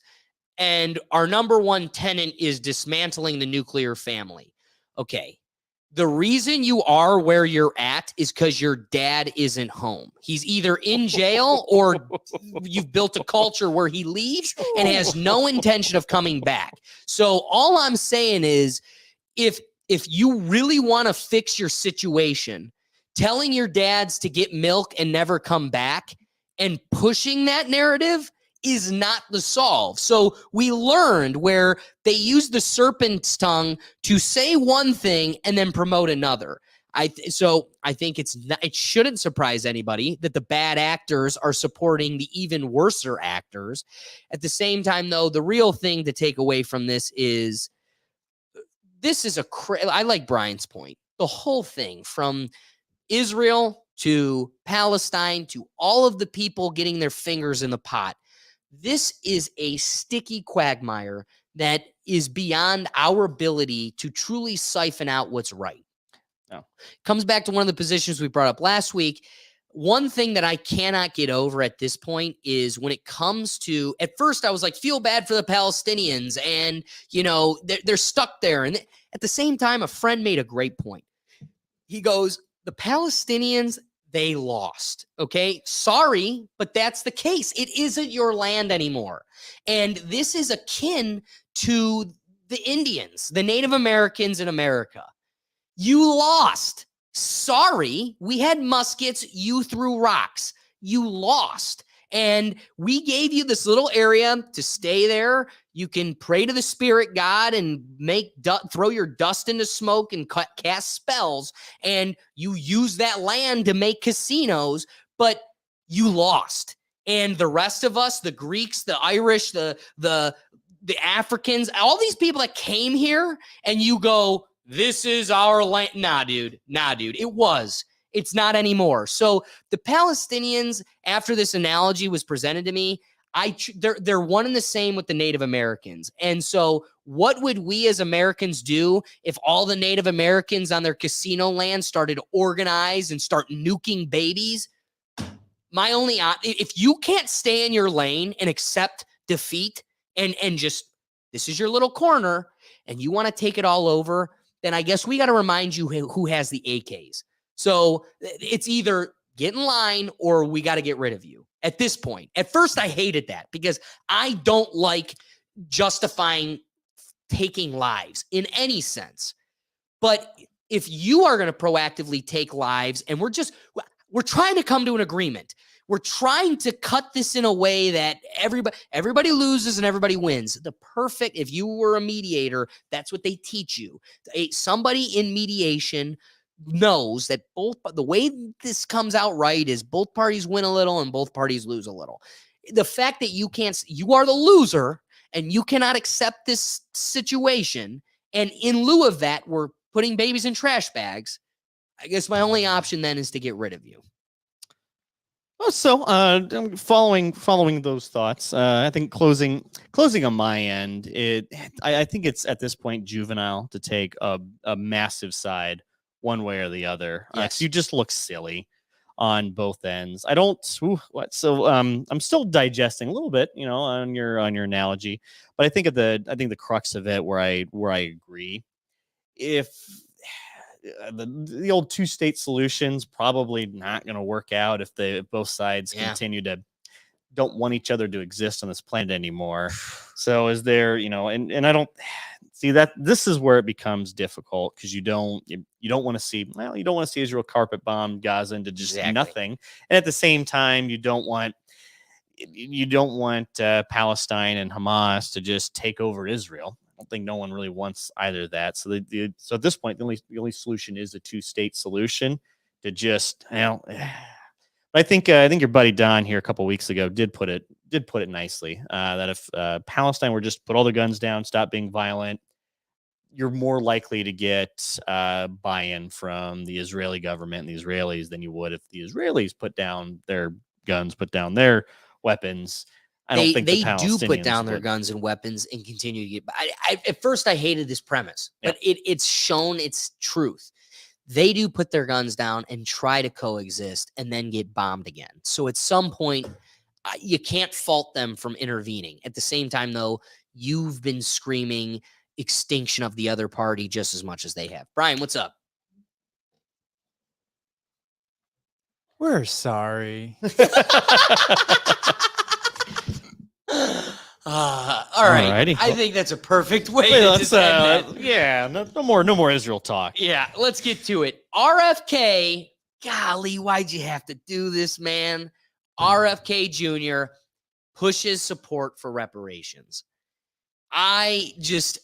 What's crazy is on October 9th, my birthday, my main man announced he's running independent. And that had me tickled pink because I saw an opportunity for us to break the bipartisan chokehold. The sad part is he wanted to carve a lane for Democrats to also come to his middle ground and the independent platform. And his way to do that was to start beating the liberal drum of one of their biggest positions, which is reparations. I could not be more against reparations, just speaking outright. And so the sad part is he took a stance on the you vote with your views, you vote with your dollars, but when it comes to actual ballot casting, this is like the one topic I will forever be staunch in one way. I would admit that I'd rather my millions go to Americans struggling versus gender study classes in Pakistan. But I also don't think cutting a check to already desperate people is the solve. So why do people support reparations? For historical injustices, wealth and opportunity disparities, systemic racism, intergenerational impact, symbolic recognition, legal and moral obligation, addressing racial trauma, international precedents. I cannot deny how relevant those are, but I also want to further emphasize the 7 reasons why I'm not in support of reparations. 7. All right, list them out for us. First is historical distance. Some people argue that slavery and its immediate aftermath were in the distant past, and therefore the current generation should not be held responsible for the actions of their ancestors or actions of nobody related to them, period.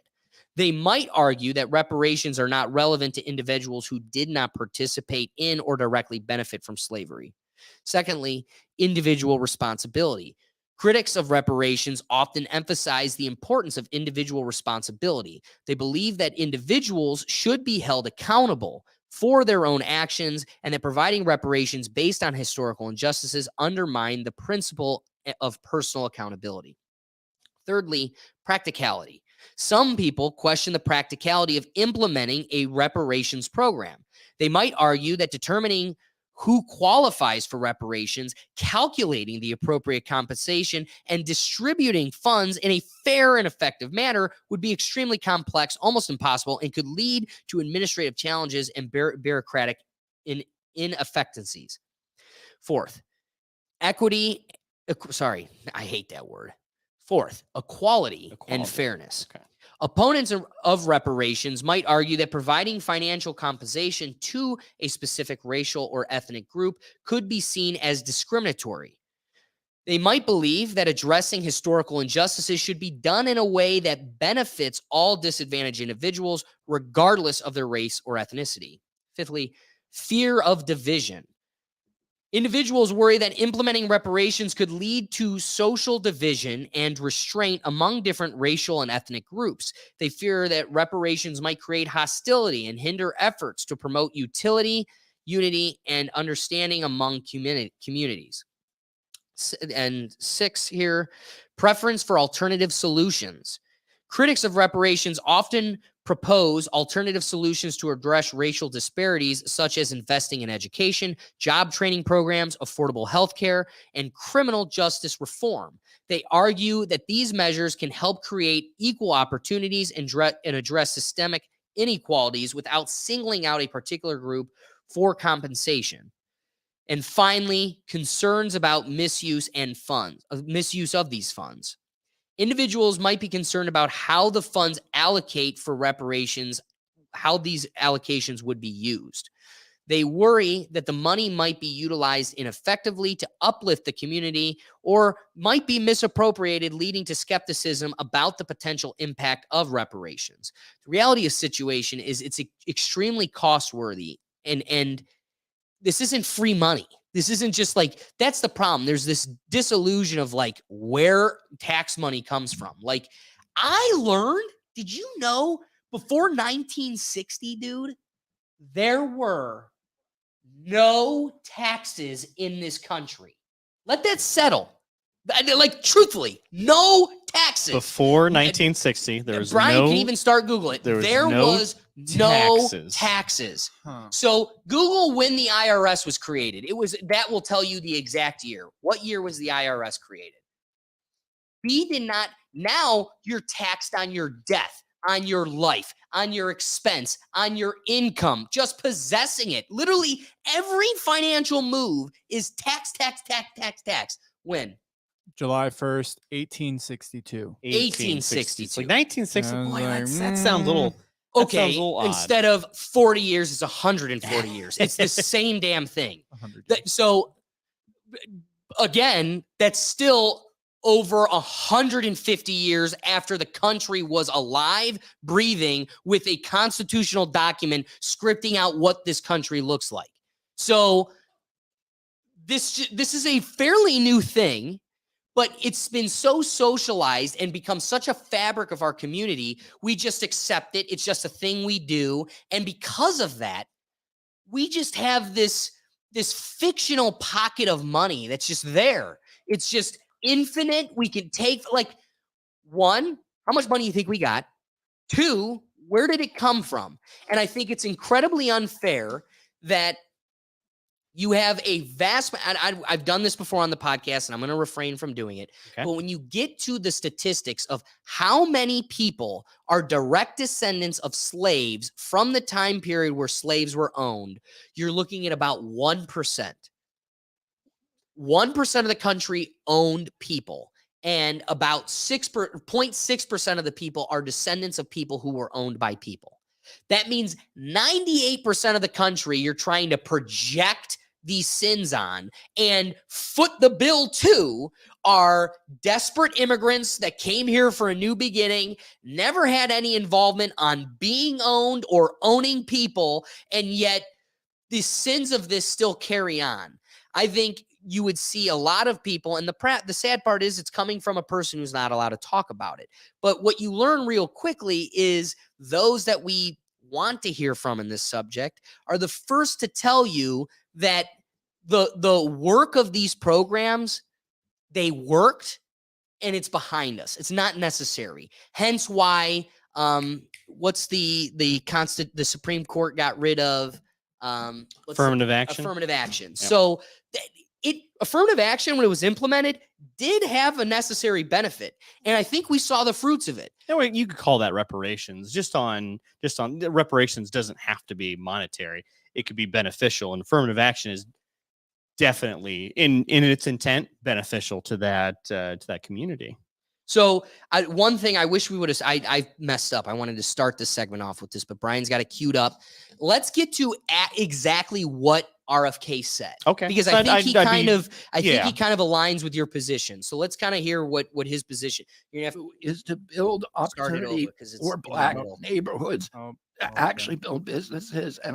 And so what I focus on are things that I believe I can change to make things better. And the two things that need to be changed is our education system, which is crippling a Here, just start it generation. I mean, over. it's a crime against a 'Cause I'm generation watching it. of I don't Black think anybody children, heard and that. we've got to fix that system. And so what I focus on are things that I believe I can change to make things better. And the two things that need to be changed is our education system, which is crippling a generation. I mean, it's a crime against a generation of Black children, and we've got to fix that system. And everybody can get behind that, and politically it is doable. The other thing that we can do is to build opportunity for Black neighborhoods to actually build businesses. And I know how to do that. And you can do it through empowerment zones, through tax credits, through loans, through direct grants, through education, because there's no accrued business knowledge in those, and there's no accrued income or inheritance money. And that has to be made available. So I believe, yes, we can do that grants. But if you're saying we're going to call it, we have to call it reparations. And it has to come in this form. I'm just saying to you, as a practical person I'm not a politician, but I've been around politics my whole life, and I know what's feasible and what's not. And I know that when a politician wants to pretend they're doing something, when they really don't have any intention to do it, they name a commission. I don't need a commission to know how to fix this. I don't need it because I've been doing it my whole life. So basically what you're saying is this country, you don't think this country will ever pass legislation for cash reparations on a national level, but you're focused on the things you can actually do and get done for Black people. Exactly. No, Charlemagne the God. No, we do not. I do think he presents two good points. And I don't like that, article titles and liberal knee-jerk reactions kind of blur his point. At its surface, if he's sitting here saying free blank checks to Black people, you lost me. Yep. What I do like is that he supports it's a two-pronged fix to this problem.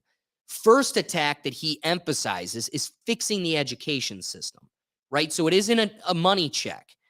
Then the second point is building opportunity for these communities.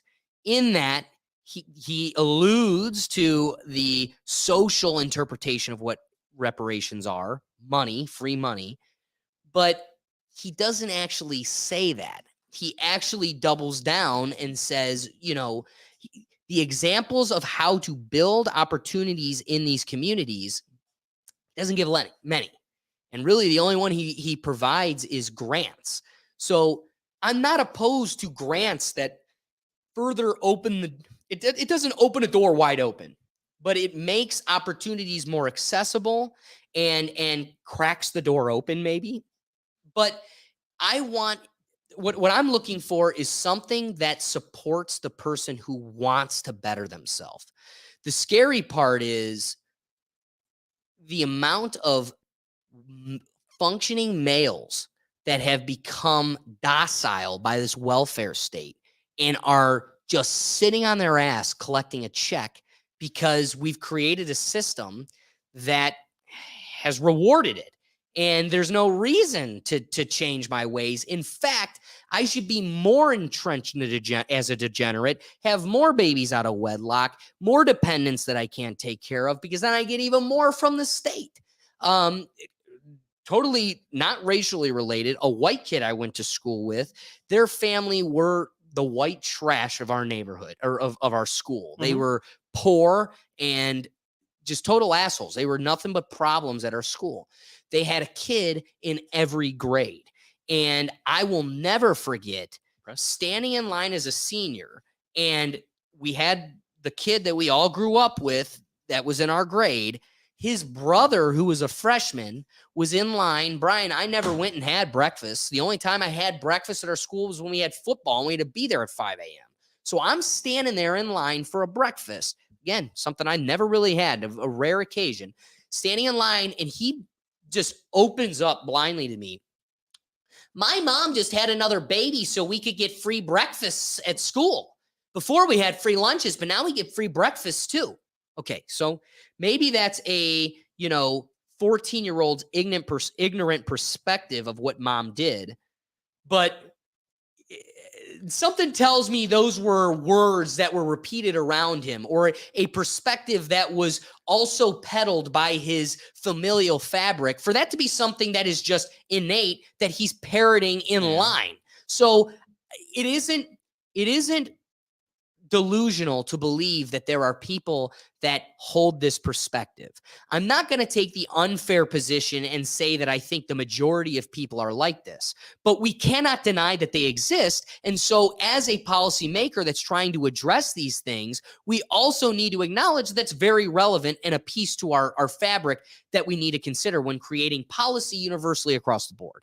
Yeah, I agree with you on that end. I think we even saw with I think on one hand, what we saw with the stimulus checks during during 2020, that a lot of people will use it in good ways, savings. They'll put it in, they'll put it in stocks. They'll put it in all sorts of different, investment vehicles. They find, their houses, equity, all sorts of different things. But we also, on the other hand, saw, I'm just going to buy a bunch of fireworks. I'm just going to buy all sorts of these things I don't need that isn't necessarily enriching my life.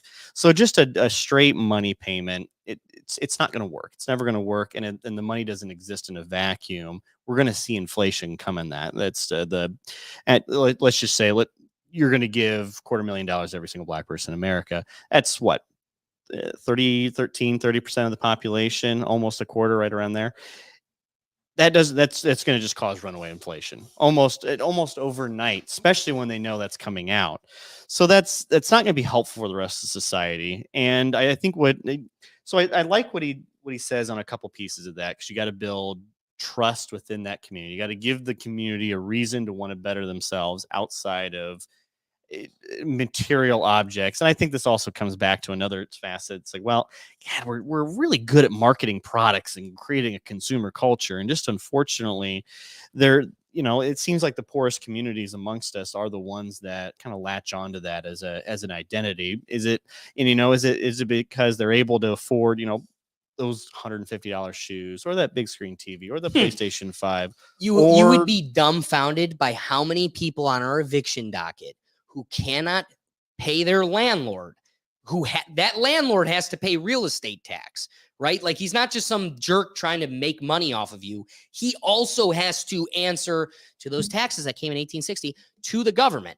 And so the sad part is, you'd be amazed by how many of those people have flat screen TVs, stacks of brand new $500 Jordans this tall.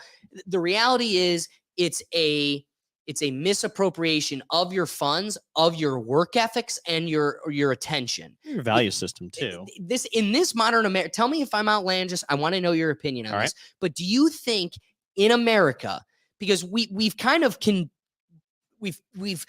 peddled this narrative that the American dream of a new start and the ability to create your own wealth and future here, that the American dream is dead. I really don't. I think that's why still billions across the world are trying to get into this place, because we've peddled. Think about how many people have told themselves America is racist. I did a podcast with a girl in Africa. She asked me to be on her podcast. And one of the things she was all scared about is like, I don't think I could come to America. I think I'd be killed. And it's like, that's so sad and scary that our propaganda and message has convinced people of that. Besides her, though, there's still the vast majority of people that either don't care or don't buy it and want to come here for a new beginning. And I want to push the fact that I believe those that successfully do get in here, especially legally, do see the fruits of that and are availed the opportunity to break out of their financial chokehold. And new opportunity is available here. That being said, the clown that doesn't do that, regardless of the melanin in their skin, is nothing more than that, a clown. The opportunity is available to you. You're choosing to collect the free check and sit on your ass. You just don't want to do the hard work to get yourself out of that rut. I think what we sometimes conflate with the American dream is like a consumerist version of the American dream.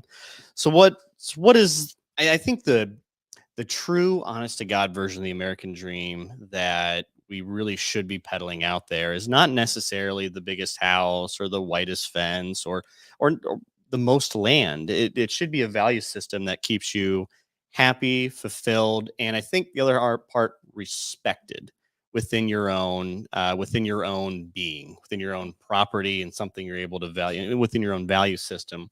What I think we see a lot of with welfare, bad actors of the welfare system probably look at, I could work in fast food, I can work in a kind of a low end job, and I'm not respected. I'd rather not deal with that, have my own time, get money from the government and have a support system there, and just deal with, have a group of friends that either respect me or just have a singular person that I deal with that respects me. And when you see in those communities, there's not a whole lot of opportunities for within that very region. So you go into like let's call it, food deserts and the like, there isn't white collar jobs there. There isn't a whole lot of, it's all blue collar, manual labor. You're kind of not respected as a worker, as an individual. You're just seen as get in here, do your job, don't complain and get out. And I think for a community of individuals that, kind of that barbershop mentality where they come in, they talk about the problems, you got to build trust within them. And I think where a lot of the reparations fail is not supporting that community. It's gentrifying, but for you all to get out.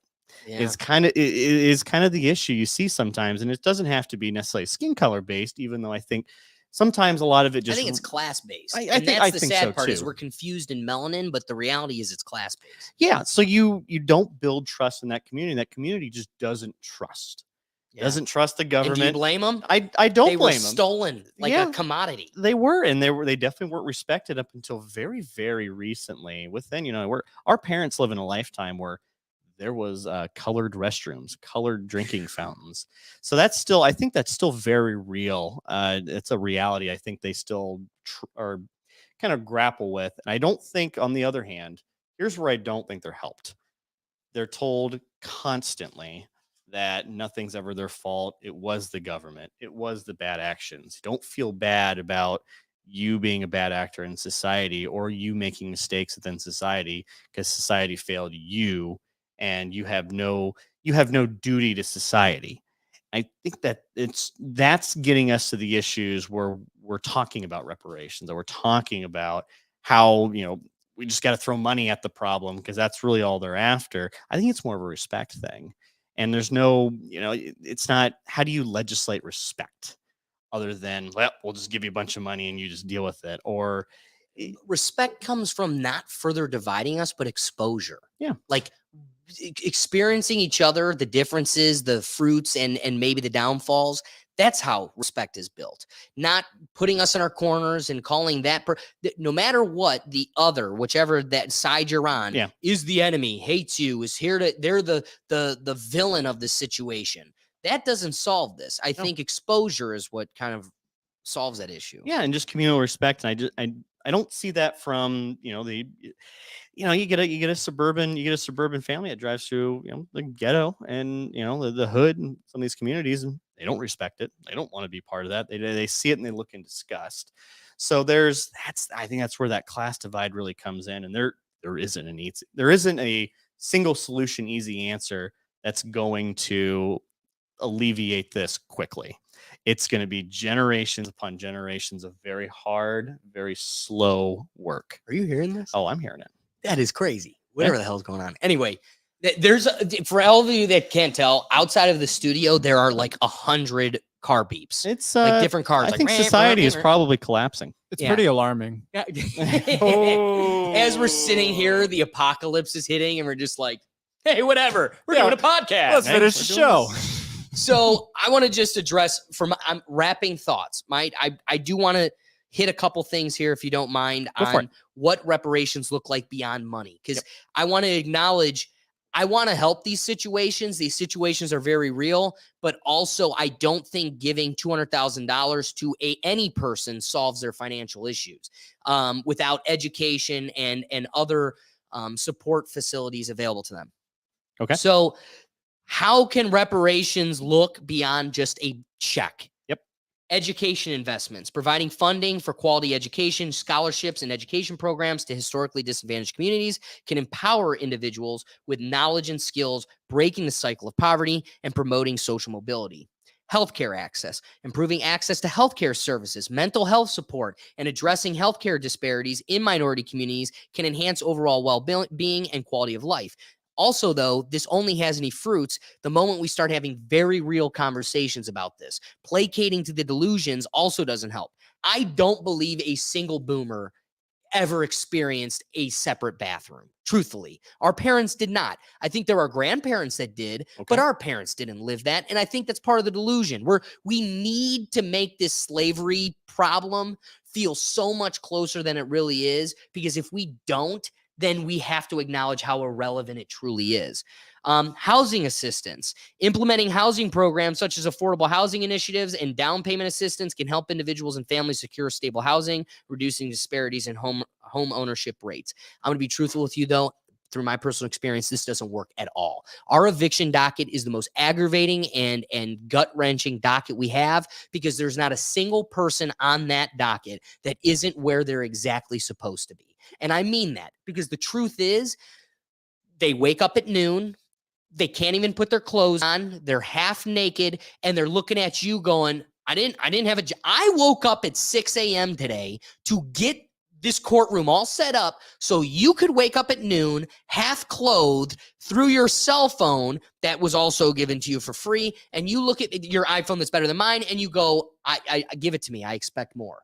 So truthfully, I don't think that program helps. Well, and I think I hate to cut you off, Please. but you could the root cause of the 2008 financial crisis was that style of program, where Right. no one gets rejected a mortgage, no one gets rejected a loan, and that right there, And that led to there's that those small actions have a lot of consequences. right. So we saw that doesn't work for several different reasons outside of just the individual person not being able to respect that program to its, with its intention. I love that point. Investment in infrastructure, directing resources towards infrastructure development such as clean water, public transportation, and community centers can improve living conditions in historically marginalized areas. So the first way to make the infant mortality rate in Detroit not worse than Haiti is, I don't know, by addressing their poisonous water and public transportation and the grassroots infrastructure of their community. 3 last points: historical and cultural preservation, supporting initiatives that preserve and promote the history, culture, and languages of affected communities can help acknowledge their contributions and heritage.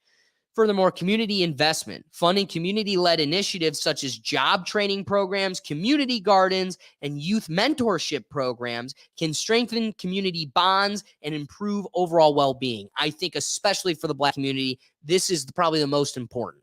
Again, in a world where you have absent fathers, and I'm not being a dick when I say that. That is not a fictionhood. Like, most of the people struggling in this situation don't have a full familial support. And so creating programs that mentor young adults in this world, training them how to get a job, and showing them how to navigate the community is extremely fruitful, especially in worlds where they don't have that guidance naturally.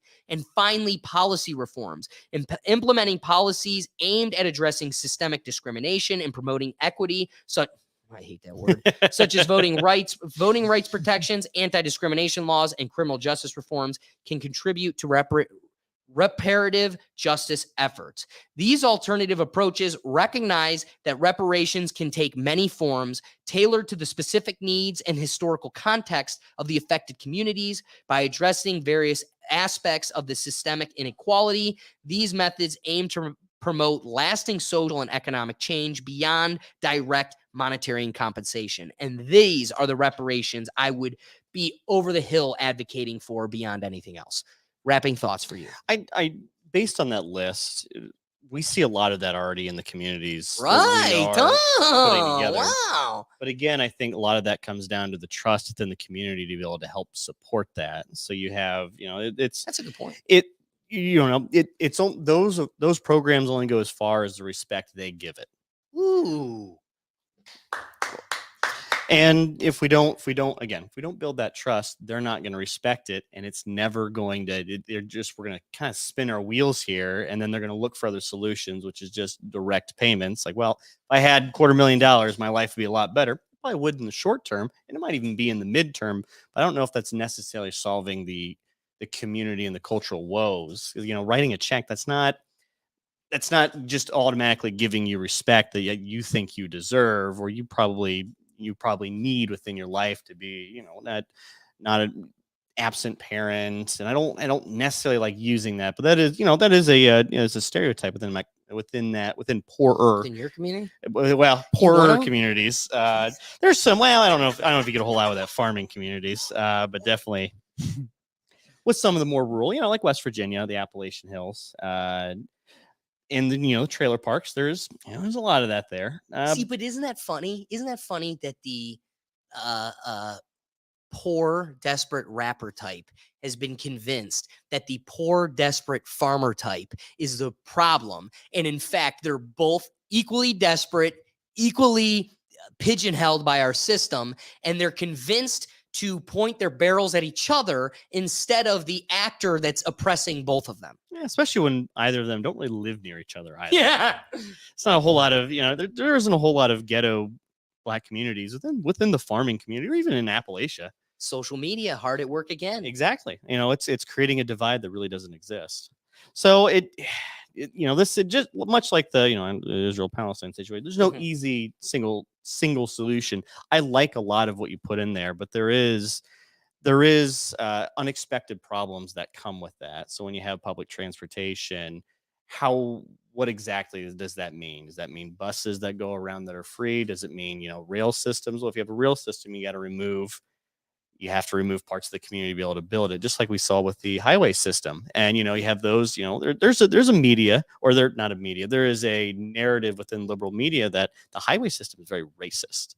Because oh wow, well, have you not heard this? No. So typically, enlighten my racism. It's either on the west side or on the east side. It's one side or the other of most major highways. There is a poor community, and then there is a rich community.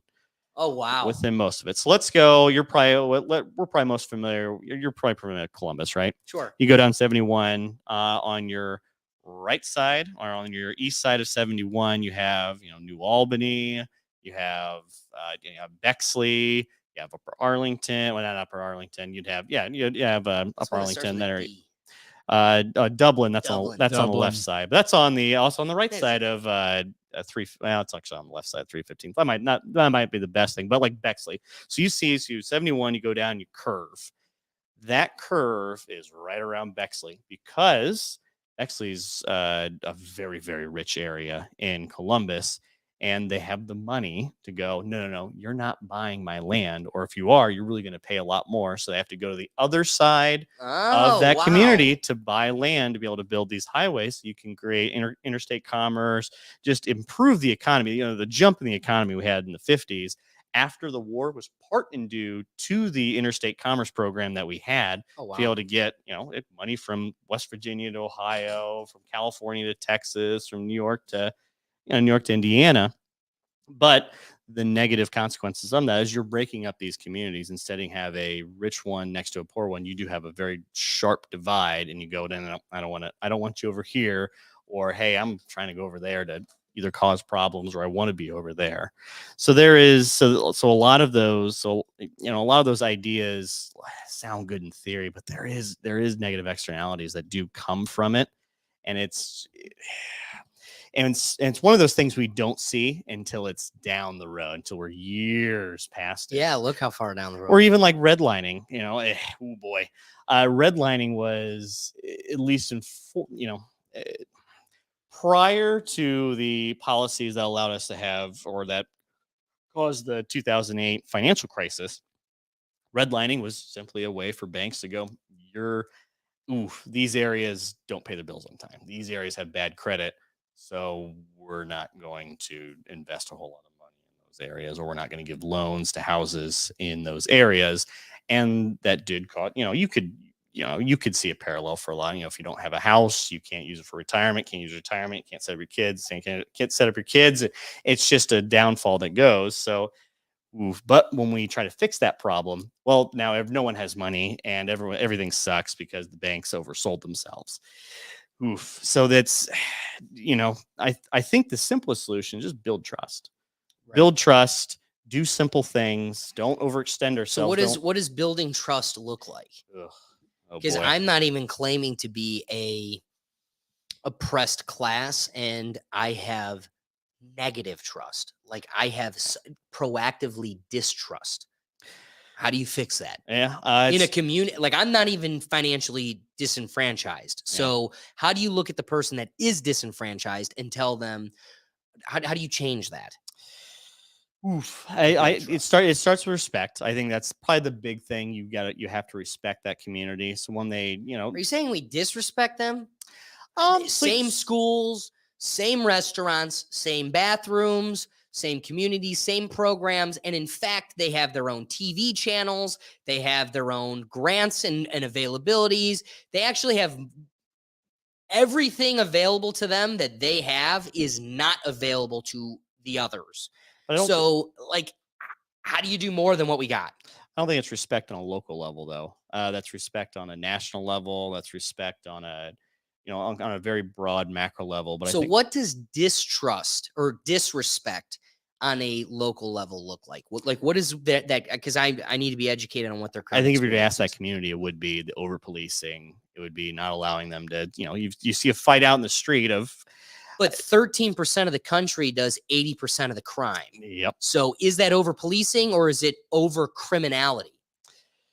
And this is kind of where the crux of the part of the issues come in. So the poorer you are in a community, you're going to have, I think, the more Boom. So likelihood maybe you're the gonna answer have- isn't any effect on the police, but maybe your financial and familial standing. So again, I watched you both jerk every time I say it, but maybe if your daddy didn't leave and he was still home, the cop never has to intervene on you beating. But listen, Asian hate was a narrative for milliseconds Yeah. until it was all black people beating Asian people. So what stops your hood rat from beating a stranger Asian? Probably a dad at home that guides them and doesn't further force them to be financially desperate. So I don't think the answer is looking at the enforcers of their evil doing. Maybe we try to prevent evil doing. And the way to do that, again, is financial and educational standing that makes them a stronger household. Brian's itching to jump in. What's up, my friend? What do you got? So kind of like leading off of what you guys got going. Money does not create happiness. It only creates freedom of space when you have available time. And that comes down to, are you spending it on your money on yourself first and foremost? And if you have that under control, are you in a family? Are you creating a family setting of friends? Are you participating in your community? And if you're doing none of those things, then there is no pleasing you. There is no satisfaction that can be reached. And you're always going to be looking for more and you're never going to find it. Very well said. I don't, throwing money at the problems is not the solution, and I don't know if I have all the answers for the respect and building the trust. And definitely, I could definitely see a scenario where there is over policing because of the amount of crime that attracts all the police in there. So is an enforcer a bit more sensitive to make sure things aren't happening? I agree. And does that build mistrust within that community? But I do think there is a narrative like this. There is a narrative that furthers the confusion on one side. Yeah. Like there's this narrative that is, well, I got to sit down with my kids and have a conversation about cops that you white people don't. My statement to that is that's ridiculous. The reality is we're having two different conversations with our kids. Yeah. And that's the reality. I didn't come out of my mother's womb knowing to respect police and allow the court system to sort out my issue. The narrative that's being trained into black kids is you are going to die. This is a death sentence. So you need to fight with everything in your being. And guess what? Who would have thought flailing and fighting against a cop resulted in a taser, if not a gunshot? So the problem is we're having two different dialogues that are resulting in two different approaches. And I think if you taught your kids hands on 10 and 2 and yes, sir, thank you, and don't say, I don't need to give you my license. How about you just give it to them? Well, you're not, because you probably did something wrong. So there's this balance of reality versus the propaganda or message we're pushing to people. And I think if we started to change the conversations we're having with our kids in black communities, because again, The black kids in Brecksville and suburbia aren't experiencing what you're experiencing, but you're being told that the Brecksville cops are just as racist, if not more racist, because it's a predominantly white community. So why aren't you the target? You're less than you're 13% of the country, but you're 3% of Brecksville. Man, talk about a glowing target in Brecksville. In fact, you walk on water and nobody harms you until you start acting out. So I just want to say, I think the black parent in Brecksville that says respect the cops and don't fight back, let the court system sort it out, they aren't experiencing it.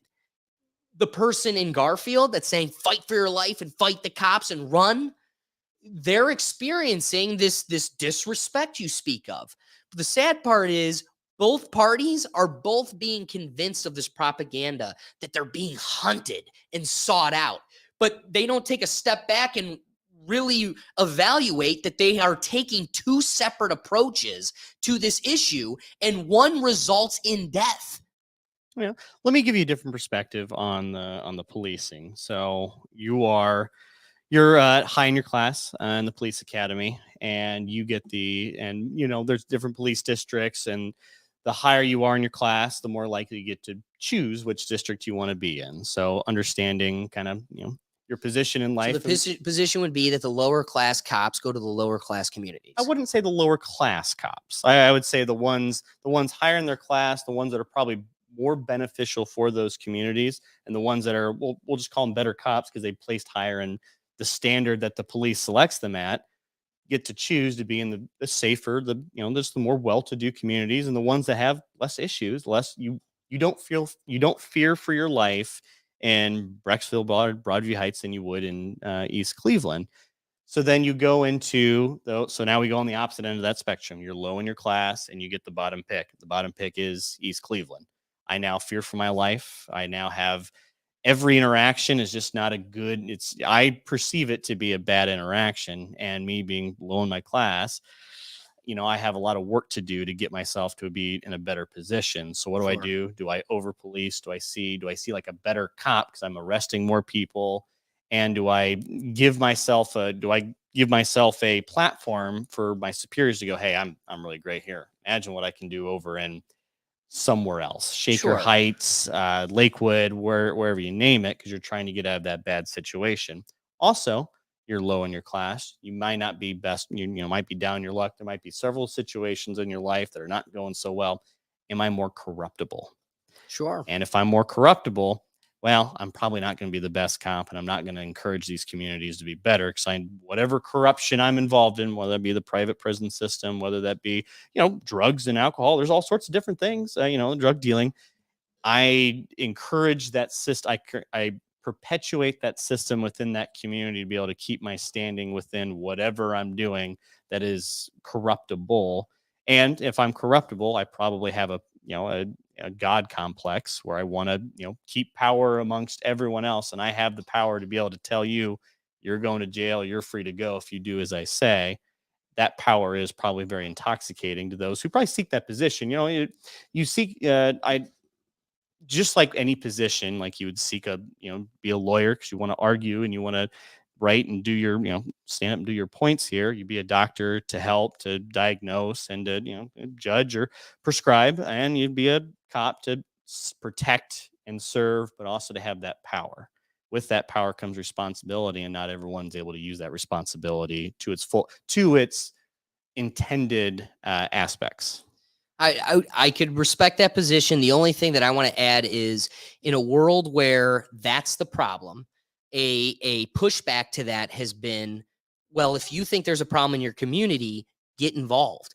Be the beacon that you want to see in your community. If you think all your cops are corrupted, then you should be the officer in your community pushing the good you're looking for. The sad part is, when you have a little bit more melanin and you take on that role, you quickly get pinned as the Uncle T, and your whole community. The problem is, we have a toxic, vile culture. Sorry, you keep telling me I have no culture. So now I'm going to poke a little bit at your culture. Let me remind you, it was my culture that gave you silverware, rules, and society. So when I'm just sick and tired of saying we got no culture, because my culture is the one that put a book in front of you. At the same time, though, your culture is the one that tears down and burns the one of you that breaks out of the ceiling and wants to be the change they look for. You call them an Uncle T and you brush them away, and you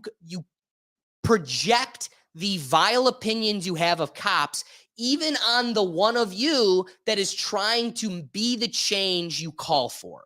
So I hear you, but there's people that was a thing maybe 40 years ago, 30 years ago, 20 years ago. But now we've got decades of generations of people who have taken on that role to be the change they want to see in their community, and their toxic community that drags them down is quickly to crucify them and make them out to be the villain that they projected on the police force that prevents your neighbors from being killed, your houses from being robbed, drunks from driving your streets. Law and order is necessary. If I have to share a block with you, I need to know that there are rules, and those rules are going to be enforced. But the second one of you starts being the rule enforcer that you're calling for, you project the sins on them and ostracize them just as much. And to pretend they don't have goodwill and intention for you and your community is just delusional. A word I've used too much today.